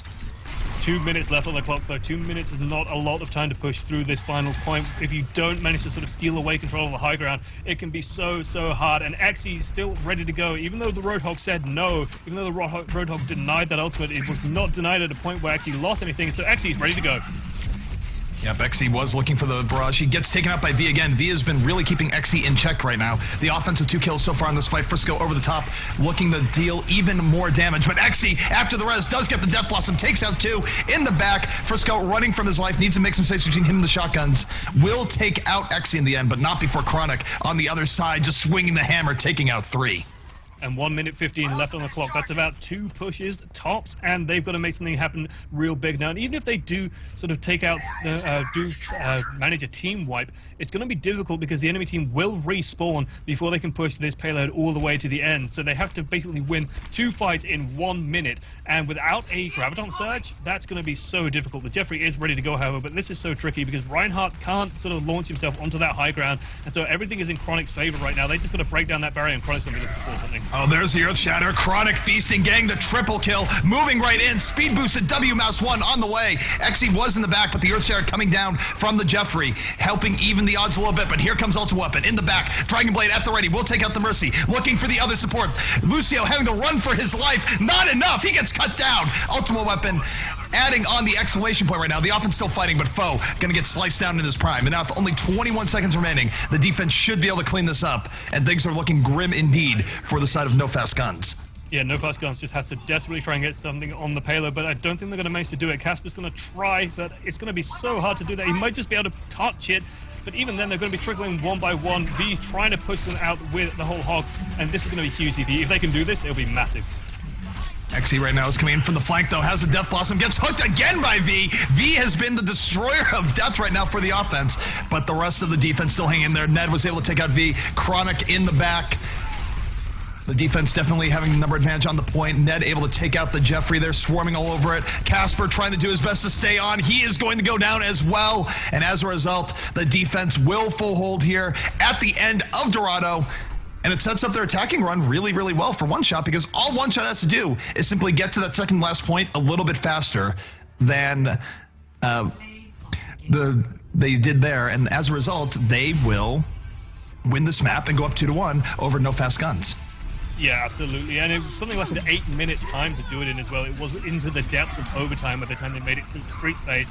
So it's going to be plenty of time to do so. Even though they did lose this first point in, I wouldn't say like a convincing fashion. It was definitely sloppy, but they definitely lost control of it very quickly, but managed to hold out long enough on that second stage to force overtime, to buy themselves plenty of time in the coming match. So I'm expecting something very standard to come out here for One Shot, something very just typical. I'm expecting a Zarya to come out, for example, just set up the Graviton Surges, use Zarya's Graviton Surge to carry you through the map, just land those ultimates, get a team wipe, and push forward off the back of that. You can be so efficient with that. It can get you there definitely in 8 minutes. So looking real good for One Shot right now to go 2-1 up in this series. Now, One Shot definitely had a good look there. They were able to hold No Fast Guns at bay. And again, all they have to do is simply get to that second last point a little bit faster than No Fast Guns did, and they will be taking Dorado for their own. A very good look indeed from the side of One Shot, and I gotta say, One Shot's defense has been impressive. Both looking what they did in Hollywood and looking what they did here, they were able to hold No Fast Guns back. And No Fast Guns, they're a team in the past that did really like using things like Widow to accelerate their offense, and they haven't even considered using it here because of the Widow changes. Yeah, absolutely. It looks like they might be bringing it out here. So No Fast Guns running maybe Frisco on the Widowmaker. They could change that at the last minute. Frisco's definitely been looking really good on Farah so far, so it's going to be interesting to see if they do stick with that AGM on the Lucio, but that's going to be swapped into a Mercy just to get Casper in position in good time. V on the Junkrat. Casper, as I said, on Symmetra. Foe on McCree and the Jeffrey once more on that right hand. Looks like they will be sticking with this Widowmaker and also bringing out the McCree, so showing off both nerf heroes so far. They're definitely not gone from the meta, I think. They definitely still have their place, so it's going to be interesting to see what they can manage here. No, absolutely. We do see the defenders getting set up. Meanwhile, take a look here at the attackers as they finish their setup. It's going to be Ultimate Weapon on the Zarya, Ned on the 76, Psycho on the Mercy, Exy on the Roadhog, Chronic on the Reinhardt, and Rolf on the Lucio. So really, aside from Ned being able to apply some poke as Soldier, they don't really have a great answer to the Widowmaker right here, right now. I mean, I think Frisco's going to be able to get a lot of damage onto the Roadhog. He's going to be able to get walls up very quickly. He's going to have good options for getting on both Zarya and Lucio. So if Frisco is able to land headshots, this could absolutely be huge for the defense of No Fast Guns. Yeah, they don't they just don't have that ranged poke. They don't have that denial, or they don't have anything to just leap in and threaten that Widowmaker. So maybe they just weren't expecting it to come out here, as they do actually set up very aggressively here. So No Fast Guns sort of poking out a little bit further than we expect, although they will just back up past the yellow little choke point nice and safely. I wouldn't be surprised to see Widowmaker jump all the way to the back as well, although it looks like... Where is Widowmaker? I have lost track of Frisco. She's back in the courtyard. Oh, you're back in the courtyard, just setting up back there. Nice and safe, tucked away. Spam coming through now will try and break down that right half barrier, and once it goes down, those shots will start to hurt. Even if she's nerfed, it is pretty dangerous, but here we go. Yeah, she's going to the back right now, looking for extra pickoffs if she can get them. The offense, though, getting right into it, but there's Frisco getting the first headshot. We'll take out Ned, looking for a little bit more. Not having the most value here thus far. Shots coming in, sort of pushing him off the ledge. The offense certainly has more kills than the defense right now as they move forward. And One Shot making this work pretty well in their favor. Frisco will take out Psycho in the back, but the defense, they've just bled so many people here already that the cart is already almost to the first checkpoint. The Jeffrey needs to get on here very quickly. And the defense will be getting onto a point, but will be in time. It's 0.26 away. Foe on the McCree getting it from the flank, trying to just stay on here. Casper with the support, but this is not at all what the defense of No Fast Guns was looking for. Casper, the last remaining hope here on the point, getting just knocked around by Reinhardt. He will go down as V coming over the top, and this brawl continues. But they did get to the checkpoint, and the spawn points will be moving forward. Yeah, so they did manage to sort of push all the way to the end of that first point. I will sort of point out that AGN spent all of that first battle with Frisco, basically rebuffing Widowmaker's damage to pre-nerf damage. But in doing so, did not get the res in any good time, was not involved in that battle, and I think just trying to pocket the Widowmaker a little bit too much might have cost them huge there. They didn't have anything to soak up a lot of the damage coming in. They didn't have anything to stop that just landing all the hurt. They were basically relying on Lucio's healing. And Lucio's healing alone is not enough to stop a full team of pros damage just landing, dealing a lot of hurt. Now they're getting spammed out by this Zarya, loving sort of the artillery warfare coming in, and it looks like the Jeffrey might be ready to sort of try and make something drop down. They've got to do something fast, because if they don't stop this payload, they will go down in this series. No, they absolutely go down. They have to defend here for a very long time, given the fact that they were basically run over at point A. Foe will be taking out Ultimate Weapon, and actually look at the defense here. It's a very standard defense from pre-patch, where they have McCree and Widow. We do see Foe right now going in as McCree, looking for a pickoff, missing the left click, so not getting the left clicks that he needs to get, just whiffing after whiff. And the offense right now taking advantage, they're moving in. The defense still on top of the payload, but really a bit unsettled as both teams fighting it out.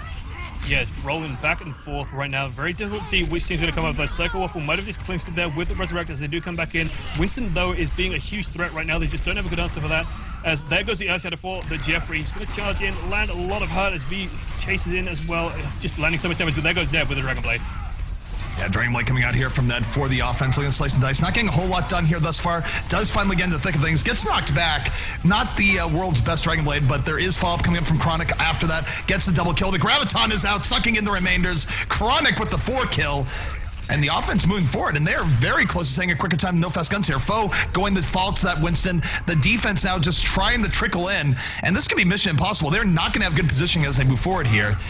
And we see the Jeffrey charging in. Will try and stop the pale a little bit, but look at the offense just swarming on top of him. The rest of the defense coming in, trying to make something out of nothing here. Frisco will get the pick on the Psycho, so there will be no offensive res as the defense now moving in. Ned, though, not having any of it, does take out Frisco in the back, looking for an extra kill, and the offense still maintaining a lot of momentum right now, Yeah, Ned almost has a Dragon Blade ready. 95%, just one good hit, and he'll have that ready to go and should be in a good position to clean everything up. Ultimate weapon also just dealing so much damage on that Zarya on super high charge right now. Does take out Casper. There's the Dragon Blade as well from Ned. Can he clean up the rest of this team? He's moving to the back. He's looking for the Winston. Winston going to jump away from him to start with, but still Ned slicing, dicing. Xe able to take out the Mercy. There will be no defensive res coming in anytime soon. Frisco will go down in the end. Chronic with the hammer takes out the Jeffrey even after the Earth Shatter. And even though the defense is buying time, they're not buying enough time because they still would have to hold for about 3 minutes here. There's the Graviton. 2 members of the defense going to get wiped out from that. And now it's down to Foe. They need to take out Foe. If Foe goes down anytime soon, they should be able to cap this to the end. Are they going to do it? And there it is. That's GG. Well played. Absolutely well played there by One Shot. Just looking real strong there. Unfortunate showing there from Frisco on the Widowmaker. Just didn't find what they could. As it looks like they are going to push the truck in as well. So we have the truck of triumph, not the truck of tears today. We will get to see play of the game come out from these teams. But definitely shout out to Ned. Definitely played very well that game. Found all the damage you need. Also just good to see Ultimate Weapon looking good on that Zarya. And Chronic as well. Just his Reinhardt is impeccable. Like, his Reinhardt play is so clever and so sharp, and he just finds the right Earth Shatters at the right time. Never really seems to whiff them into barriers either, which is always a telling sign of a good Reinhardt. So one thing I'm going to say is that mechanical heroes like Widow and McCree definitely require a lot of playtime to stay at the just precision level that's needed for comp. And I have to say, Frisco usually does a pretty good job on Widow, but I feel like he started off the game pretty slow, and probably in part due to the fact that he hadn't been playing Widow in this entire series. So going from no Widow, going from projectile classes to, all right, now I have to go in and do really well in Widow, that's a tough transition to make mid-set, especially when your early defense is dependent on you getting tons of work done on Widow. Frisco is not able to get tons of work done on Widow in the beginning. His defense paid the price. And as a result, I think what happened on point A was a big reason as to why No Fast Guns ended up losing the time that they did. Yeah, I do think a big part of that was also AGM just trying to babysit Frisco a little bit, trying to be that pocket for Widow and trying to enhance her to pre-nerf levels. And all that happened was AGM was stuck on Frisco. Frisco wasn't finding the kills he needed. The team didn't quite have the damage output to sort of break through the barriers and set Frisco up for the headshots that Frisco was looking for. And as such, you have no Mercy Resurrect coming in. You've got no Mercy Healing coming in. And that just means the rest of the team is going to suffer as you're trying to rely on a solo Lucio to heal. And a solo Lucio to heal at a pro level is just not enough hit points coming out. So very well played there by One Shot, but a couple of mistakes maybe coming out in the picks for No Fast Guns. No, definitely. And it's one of those things where, yeah, you can bring her up to pre-nerf levels, but realistically speaking, I think you're much better suited letting the Widow just rise and fall on her own merits. Let her hit the headshots, because headshots, she still does the same damage that she did before. So I think you have to go, okay, you're going to run Widow. Widow has to get a headshot rate of 35, 40% to make it worthwhile. And I do think pro players are going to bring it there in time. But you think about how Widows were trained up until this point.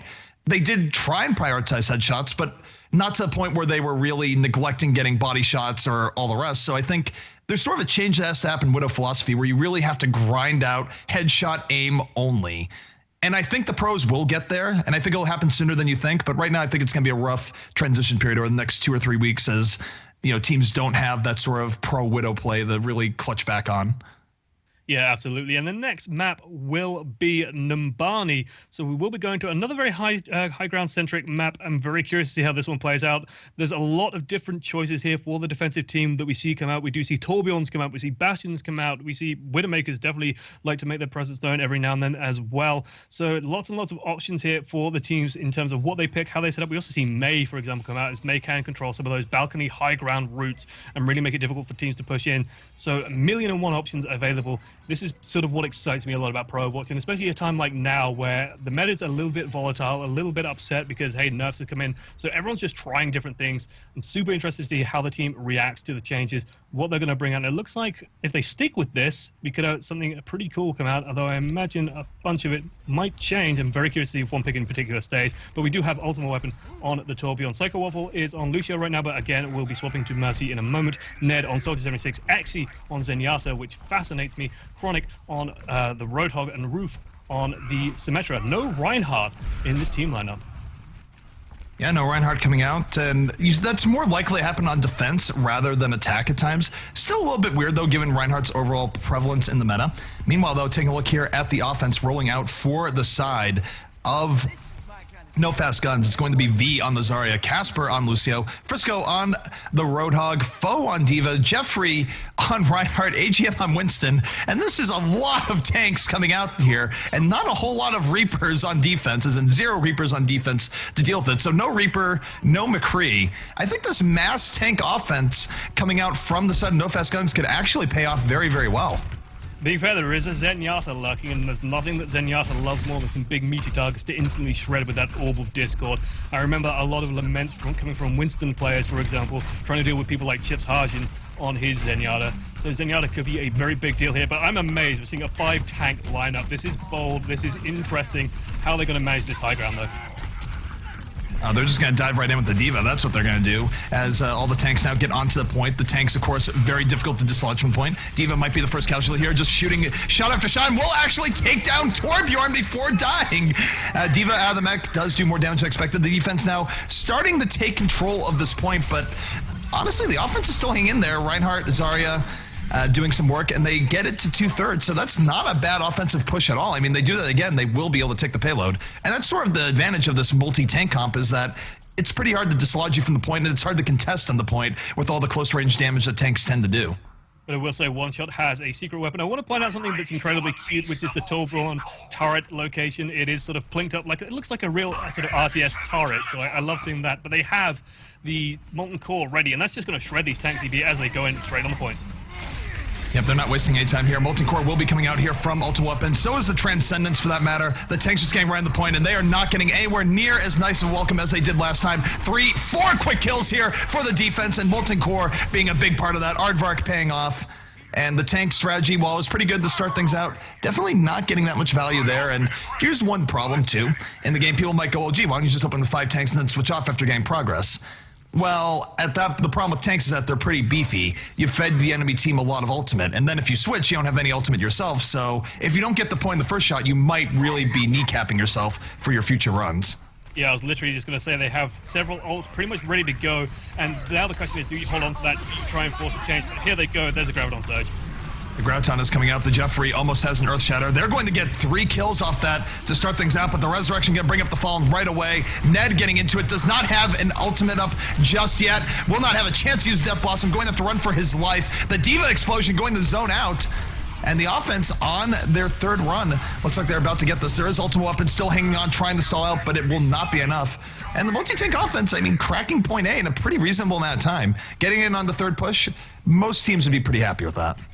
Yeah, that was pretty damn strong. It was interesting to note the sort of the panic that came out of One Shot when the Diva Bomb went off, and they actually finds a kill on the Jeffrey. They are really extending far right now, and they've got to be so careful with these tanks. Like you said, they're big, meaty, brawly targets, so a lot of ultimate charge could just go away for free here. It's going to be up to V to protect a lot of that. The Zarya barrier sort of denying some of it. But there's only one person pushing the point right now, and when one person's pushing it, it takes a long, long damn time. So it was nice to see Foe get some reward off the back of the self-destruct, but meanwhile, Ultimate Weapon chasing people down. Ultimate Weapon using the skies to his advantage. I gotta say, one thing I'd like to see here against this many tanks, just because there's no real great flanking options, and maybe the only threat is actually the Divas, why not run a Bastion versus this? There's not a whole lot that's gonna be able to sort of, you know, upset you in the back, so why not? But here comes Ned. Ned seeing his opportunity, moves into the back, drops the Death Blossom, effectively killing 2, looking for 3. Frisco going to go down, and a pretty decisive defense coming out from the side of One Shot. But no, I mean, this is one case where I think a Bastion actually would not be that bad. Maybe, you know, Ultimate Weapon certainly doing some good work here, but I wonder if Ultimate Weapon was on a Bastion, if it would be even better against this highly tanky lineup. Although they are starting to switch off. Chronic just decided to drop an Earth Shatter for no reason. He's now saying ... in chat, so clearly a mispress there. Wastes an Earth Shatter, and that's actually a huge resource coming for the next fight. We see Frisco also swapping onto Genji, so down goes the D.Va, in comes the Genji. But even then, like you said, a Bastion, honestly, I kind of agree with you. It's so good for shredding these big meaty targets. Even with a Genji, you just protect it a little bit, and that's going to be no problem. That said, Transcendence goes off in the fight. Battles everywhere. Yeah, Frisco right now has the Discord Orb on him, running around in the back. Ultimate Weapon trying to take him out. Both of them sort of fighting in the back. Ultimate Weapon will take out Frisco in the end, and now, if he wants, he can drop a barrage. Might not do it right now because the offense just a little bit discombobulated, but he does maintain the option as Ned going to pick up the double kill, and the defense shouldn't even need to burn anything resource-wise. It's AGM taking a big rocket to the face. And V fires off a Desperation Graviton Surge at the end there. Chronic still had a lot of barrier left, so firing off the Graviton Surge was not going to achieve much there. It was just him and the Mercy left, AGM, just staying intact there. So just having two people up and a Reinhardt barrier in place, you're not going to get value off that, so it's a little bit wasted. Ned ready to go. Ned coming in the back with the Death Blossom coming in. Not quite able to get as much as he wants. The Sound Barrier from the offense going to negate a lot of that, but Chronic with the follow-up has the Earth Shatter, picks up where Ned left off. 2 quick kills here for the offense. Resurrection will bring up some of those fallen heroes, and we'll see if that's enough to turn it around as Jeffrey dropping the Earth Shatter, knocks down 3, gets the charge on the Ned. The offense not down just yet, but Ultimate Weapon coming in over the top, trying to turn this back in the defense's favor, and might be doing just that as the Discord Orbed Winston has to run for his life. Yeah, Ned must be having the time of his life. Reaper with a Discord or bunch of tanks to shoot. Like, he's going to have Death Blossoms every single time. Now, sure, the Death Blossom's going to struggle to bring all of them down, especially if sound barriers start to come out, for example. But it's going to force those sound barriers out a lot earlier than they would like. Frisco now swapping off the Genji, going instead for the Pharah. So definitely sort of changing up the comp a little bit. But I'm still interested in the fact that they're running a 3-tank comp here. They've got to rely on this Graviton Surge to be big. And I've got to call into invest. And again, these earlier Graviton Surge going to cause massive Ned has some set up. Ned is moving in right now. He has the Death Blossom at the ready again. He's just looking to run into the back. Will take out the Mercy. And now Death Blossom is at the ready if he needs to use it. The offense a little bit spread out right now. He will get hooked by the Roadhog. Won't go down just yet. Defensive Transcendence is on the way. Ultimate Weapon taking the opportunity to be very aggressive off of that. I think Ned's just going to save the Death Blossom here. Yeah, I think they're just going to save everything. They can just sort of afford to take their time picking up. No, the offense got a few picks there that they needed. They have to blow ultimates to return any semblance of order here. Ultimate Weapon did use the barrage coming in. And the defense should be able to hold at least for a little bit longer here, but I think they got a little bit greedy, not wanting to expend those resources. Now the offense is starting to get momentum on their side, slowly pushing the defense back. Chronic and Ultimate Weapon fighting as they can to get in here. But look out, Ned getting back to the fight, does have the Death Blossom still ready. I don't think he's going to hold off this time. Running to the back, does use the Death Blossom, gets into the back, but might have rushed it a little bit. Still, though, it does give an opening here for the defense, but Frisco just turning right back in, getting the double kill, has the barrage at the ready, and Justice might be raining. There it is. Lucio going to suffer the worst of it, going down in short order. Mercy going down, and Frisco doing some work. Holy moly, what a brawl that was. And it's just actually left on the point now. Can he hold off a Genji and a Lucio? Lucio's going to make that very difficult for him as now the rest of the team does start to filter in. They are reinforcing nice and quickly. Casper managed to take him out. They're going to get this payload to the next point. Maybe not Chronic, just denies it just in time. His neck gets better, and Chronic has a massive Earth Shatter knocking down 4. Chronic says, not right now, not today. Moves in. AGM saying, wait a second, you think they're dead? I'm going to bring them back up. The barrage coming in, though, over the top from Ultimate Weapon. Taking out Frisco, but still look at the point. They got off of the point for a second, a misplay on the defense. And as a result, the spawns will be moving up in about 2.5 minutes now left in the game. But still a pretty good defense coming up from one shot on the whole. Yeah, one shot looking really good there. Chronic and Ned just going to sacrifice themselves, not give any ultimate charge to the enemy team. That's why they're throwing themselves off the cliff, just making sure that they can get back to the team as safely as possible without giving away any resources. That said, Foe is looking ready to go with a Dragon Blade on the offensive team right now. The Jeffrey is also good to go with that Earth Shatter. Can he break the enemy team's barrier down, and can he land that in a pivotal way? That's the big question coming in. And also, how big will Foe go? Because he's going to go big. But that's it, Ned going into the back, trying to find what kills he can. Yeah, Ned is in the back right now, actually with the attack visor from the front. Ultimate Weapon dominating the skies. A good defensive rush in here from the side of one shot. They get 2 kills to start things off. Jeffrey, though, trying to hold things together. Does have Earthshot at the ready. Is looking for an opportunity. Is going to find it. Mercy going to hit the deck. She goes down. The counter Earthshot, though, coming in from Chronic saying, I can do that too. But look at that. Foe with the Dragon Blade picks up the double kill. Frisco with the support over the top. The offensive no fast guns now turning this well in their favor. Ultimate Weapon, however, in over the top, has the barrage of his own, gets taken out immediately by Foe. as Ned trying to finish off Death Blossom. Not going to happen. Resurrection coming in off the top. This is a brawl in all senses of the word. The barrage coming down now from Frisco. Both teams really getting into it, but the offense now starting to take a definitively strong advantage here in this fight.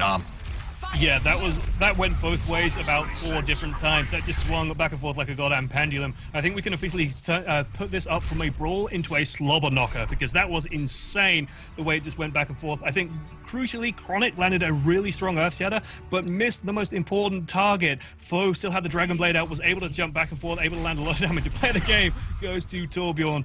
I personally love Torbjorn plays the game. I imagine this was Molten Core, and oh god, this meaty target for him to right-click into. That shotgun deals so much damage. He doesn't even need the turret at this stage. He's just going to tear people apart. I think at close range, he actually does more DPS than a Reaper does in Molten Core. Alrighty, so 8:56 is the time to beat. That is a very beatable time. One shot, of course, wanting to put this away, wanting to secure their part in the group stages for the right to compete for their share of $15,000. No Fast Gun saying, look, we don't want to go down like this. We want to stay in. We want to get to that group stage. And they're going to be fighting for their lives as we move into the next round on the money. Yeah, 9 minutes to do it is very, very difficult. They're going to want to do a full point A hold. We do see them on Numbani roll out, but I imagine we're not going to see anything too flash here come out from one shot. They're going to probably play it safe, probably play it fairly standard, and just hope to get a lot off the back of a couple of big ultimates, take it nice and quickly, and then not try anything too fancy. Be curious to see what the defensive team runs in this map. Again, there's so many options on Numbani. It's definitely one of the most versatile maps. I'm seeing one pick already. I'm hoping it stays. That is Bastion. Bastion is actually a hero that we see on Numbani. He likes to set up opposite the other team, but oh no, my hopes have been dashed immediately. You ruined it. I know. I just cast this curse. It happens every single time. I called it out, and they said, nope, we're gonna deny that from you. I'd say the Tracer is not a common defensive pick here, so it's going to be curious to see that. I'll run through the rest of the team and then hopefully finish that thought. So Foe on Tracer, V on Genji, Casper on the... there we go. Now they're changing once again. Oh, they're bringing it back. They're bringing it back, CV. All right. Casper the on counter caster curse something, yeah. Whatever you want to call it, but... they're just saying, you know what, maybe Bastion pretty good here, because you look at the offense coming out for the 7-1 shot. It's going to be Ultimate Weapon on the 76, Chronic on a Diva, Xe on the Winston, Psycho on the Mercy, Rufel on the Roadhog, and Ned on the Genji. So this is... they're also running a multi-tank setup. Not quite as hard as we saw from No Fast Guns, but still lots of tanks coming out here if they stick to the form here, which would be a little bit weird because Chronic's usually on Reinhardt, but hey. We've seen Diva before. We could see Diva again. And I imagine what it is because we said, hey, they're bringing it out. They swap off it. And then, hey, we said, oh, they're not bringing it out. And then they swap back. So Commentator's Curse still very much in effect. Also curious to see how effective this Zenyatta can be here. It's interesting to see Zenyatta sort of starting to creep back in. They're definitely setting up a massive defensive push here on the Bastion. We normally see teams sort of try and scatter out across the two halves of the high ground here, like the balcony over the point and then the sort of the bridge over the road as well. But instead they're just going to clump up here. That's actually really dangerous here because once Diva and Winston get on top of it, if Genji can get into position, that Bastion's going to die in a matter of moments. And the team is sort of hugging the wall. They're sneaking in. Chronic spots out the Bastion. They know it's here and they're going to set up accordingly. Chronic just jumps in. Yep, the defensive matrix coming in, but it doesn't quite protect him. He gets mowed down immediately. Ultimate Weapon, though, is able to take out Frisco to start things off. Both teams 4v4 now, getting their licks in as Ned right now trying to get to the back. Will get taken out by the Jeffrey. Ultimate Weapon, one of the last few remaining DPSs up here for the offense. And overall, a little bit of a weird engagement here, but the defense should be holding strong. And in fact, take a look here. Bastion, El Presidente himself, will have tank ultimate up for the next fight. And that's going to be huge in that next battle. I think Chronic went in a little bit too early. Just Genji wasn't quite in place yet. He did a good job sort of jumping up, knocking everyone off the high ground, but then was just sort of left on his own for a little bit until Xe can jump in and start landing some damage from Winston. But even then, just the bubble wrapped around Bastion, and Bastion just said, no, he's just going to blow through it. It's like wet tissue paper to him. Setting up once again, just hugging this wall. I do like this sort of stealth approach as we play Metal Gear Overwatch, and Chronic going in once more. Yep, Foe right now activating the tank, going in. Not getting a whole lot of value here as far as the offense getting 3 quick kills. Foe finally takes a Chronic in the back. But that is not the value you wanted off your Bastion ult. Now he's just fighting Winston up close. Might be taking him out in the recon mode, but it's not enough as the rest of the offense just collapses right on top of him. I think he got a little bit tunnel vision there in the Bastion. Definitely hurt. As now, time-wise, things going pretty darn well for the side of One Shot. Pretty much even time-wise to what we saw from No Fast Guns on their attack. maybe a tiny bit faster. And yeah, I definitely think the Bastion just sort of went a bit over-eager there on tank form. Didn't find the target you need. You generally want 2-3 kills coming off the back of that, so just getting one, and that being a diva, is not going to be good enough, basically. He did manage to finish off Exy, of course, in recon mode, which is not something you see every day, but I see a Torbjorn coming out. And we're going to see, well, a counter play with the sort of the turret-based lineup as we do see a Killdozer start to roll out, ZP. Yeah, offensive Torbjorn, not something you see all that often. It is on top. The defense right now is struggling to figure out how to deal with it. V right now Exy gains it back as Winston just engaging right away. Primal Rage is out. 2 quick kills here for the offense. Ultimate Weapon has been so good on 76 here in this day. The defense, though, fighting right back. It is stringing to a brawl on the point. Here comes the attack visor. Will it be enough to turn in the favor? He has everything in his sights. Ultimate Weapon on the double kill. Makes it a triple. And the attack visor absolutely working out. And Ultimate Weapon throwing in a taunt for good measure. Oh, God, I hope that's play of the game. I hope it's play of the game. No, I hope it just cuts out very short before it. That is the way to go. If you can get your emote into the play of the game, that's actually the dream. Exactly. It usually just cuts out right before the emote fires off, and you just go, come on, guys, just 2 more seconds. It would have been so cool. I've got to, again, call this question. These Graviton Surges managed to catch a Winston doing Primal Rage, but that's it. And with Graviton Surge being so pivotal, you can't afford to use it just to sort of lock down a single Winston. That's a foe taking a lot of damage here. The turret's still on the payload, rolling in now with the Killdozer. How close is Rufal to that important Molten Coils? That's real close to it. He's going to be ready for the next push. That could be huge. Frisco coming in over the top, using trees for cover. Has the barrage, looks for Psycho, not able to kill him at all there. A little bit surprising that didn't do more damage. That was actually incredibly weird. But either way, the offense taking advantage of the opportunity, moving in. Resurrection coming up here, Psycho giving his life for the cause. The offense swarming on top of the payload. Ultimate Weapon in the back, landing poke after poke. Here's 76, and here comes Ned. Or we see the Dragon Blade coming out from Foe. Foe looking to slice and dice. Not going to get as much done as he wants as Chronic. Gets the double kill. The offense for one shot, still maintaining the momentum. They're moving forward. If they cap this right now, this is going to be game and series for one shot. They just need a little bit more. Exy with the one-man Graviton trying to make something happen. Not able to kill anyone on the carpet. Does buy a little bit of time. The defense, they need to do something here. They need to get on here in a hurry. Ultimate Weapon again on the quad kill. Ultimate Weapon making things happen, and this might be it. Yep, that looks like it. And Ultimate Weapon also missed his window to emote at the end there, and I've got to sort of give a massive shout out to Rufal as well. Managed to get the Torbjorn turret set up in the middle of that fight, built it using Molten Core, set it up on some high ground, and just let it work. It just found so much damage here. This is going to be the attack visor at the end of the map. It has to be, because that was so crucial, just finishing off every single target as they scattered their way in. Cleans up targets nice and easy, especially with the damage as well. Oh god, just finishing off targets. It's a massacre. Well played by Ultimate Weapon. Play well all day. And very well played there. Do one shot.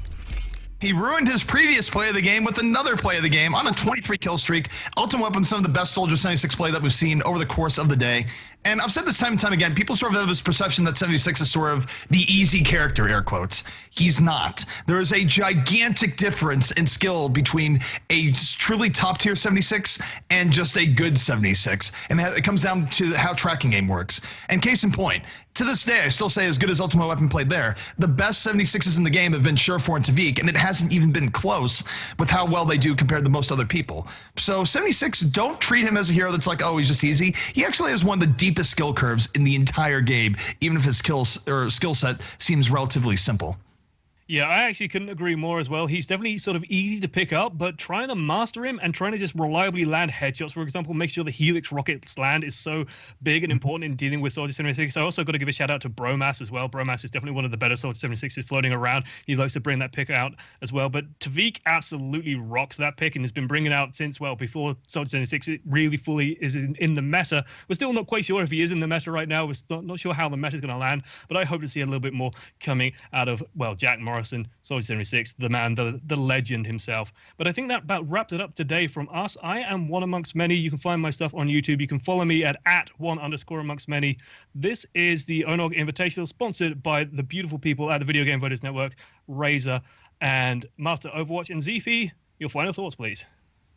Yep. Final thoughts. Some good games to watch. Congratulations to One Shot for making their way into the group stages, defeating No Fast Guns, which is not an easy feat. Shout outs for myself. You can follow me Twitter at TempoZP. Following your casters on Twitter is one of the best ways of showing support. Believe me, it does matter. I'm terrible at tweeting. I didn't even tweet today, just to add on to that. So really, it's a free fall. I won't even flood your feed. Give one amongst many that Twitter follow as well. You can also follow me on Twitch, ZP_TV. I've been terrible at streaming lately. I need to get back into it. I will. Definitely going to be streaming much more heavily as soon as ranked comes in as well, time to permitting, because it's been crazy with the amount of casting that's been going on. But short of that, thank you to our sponsors for making all this happen, and we'll see you guys later this weekend as the ONOG group stages continue on. Thanks for watching.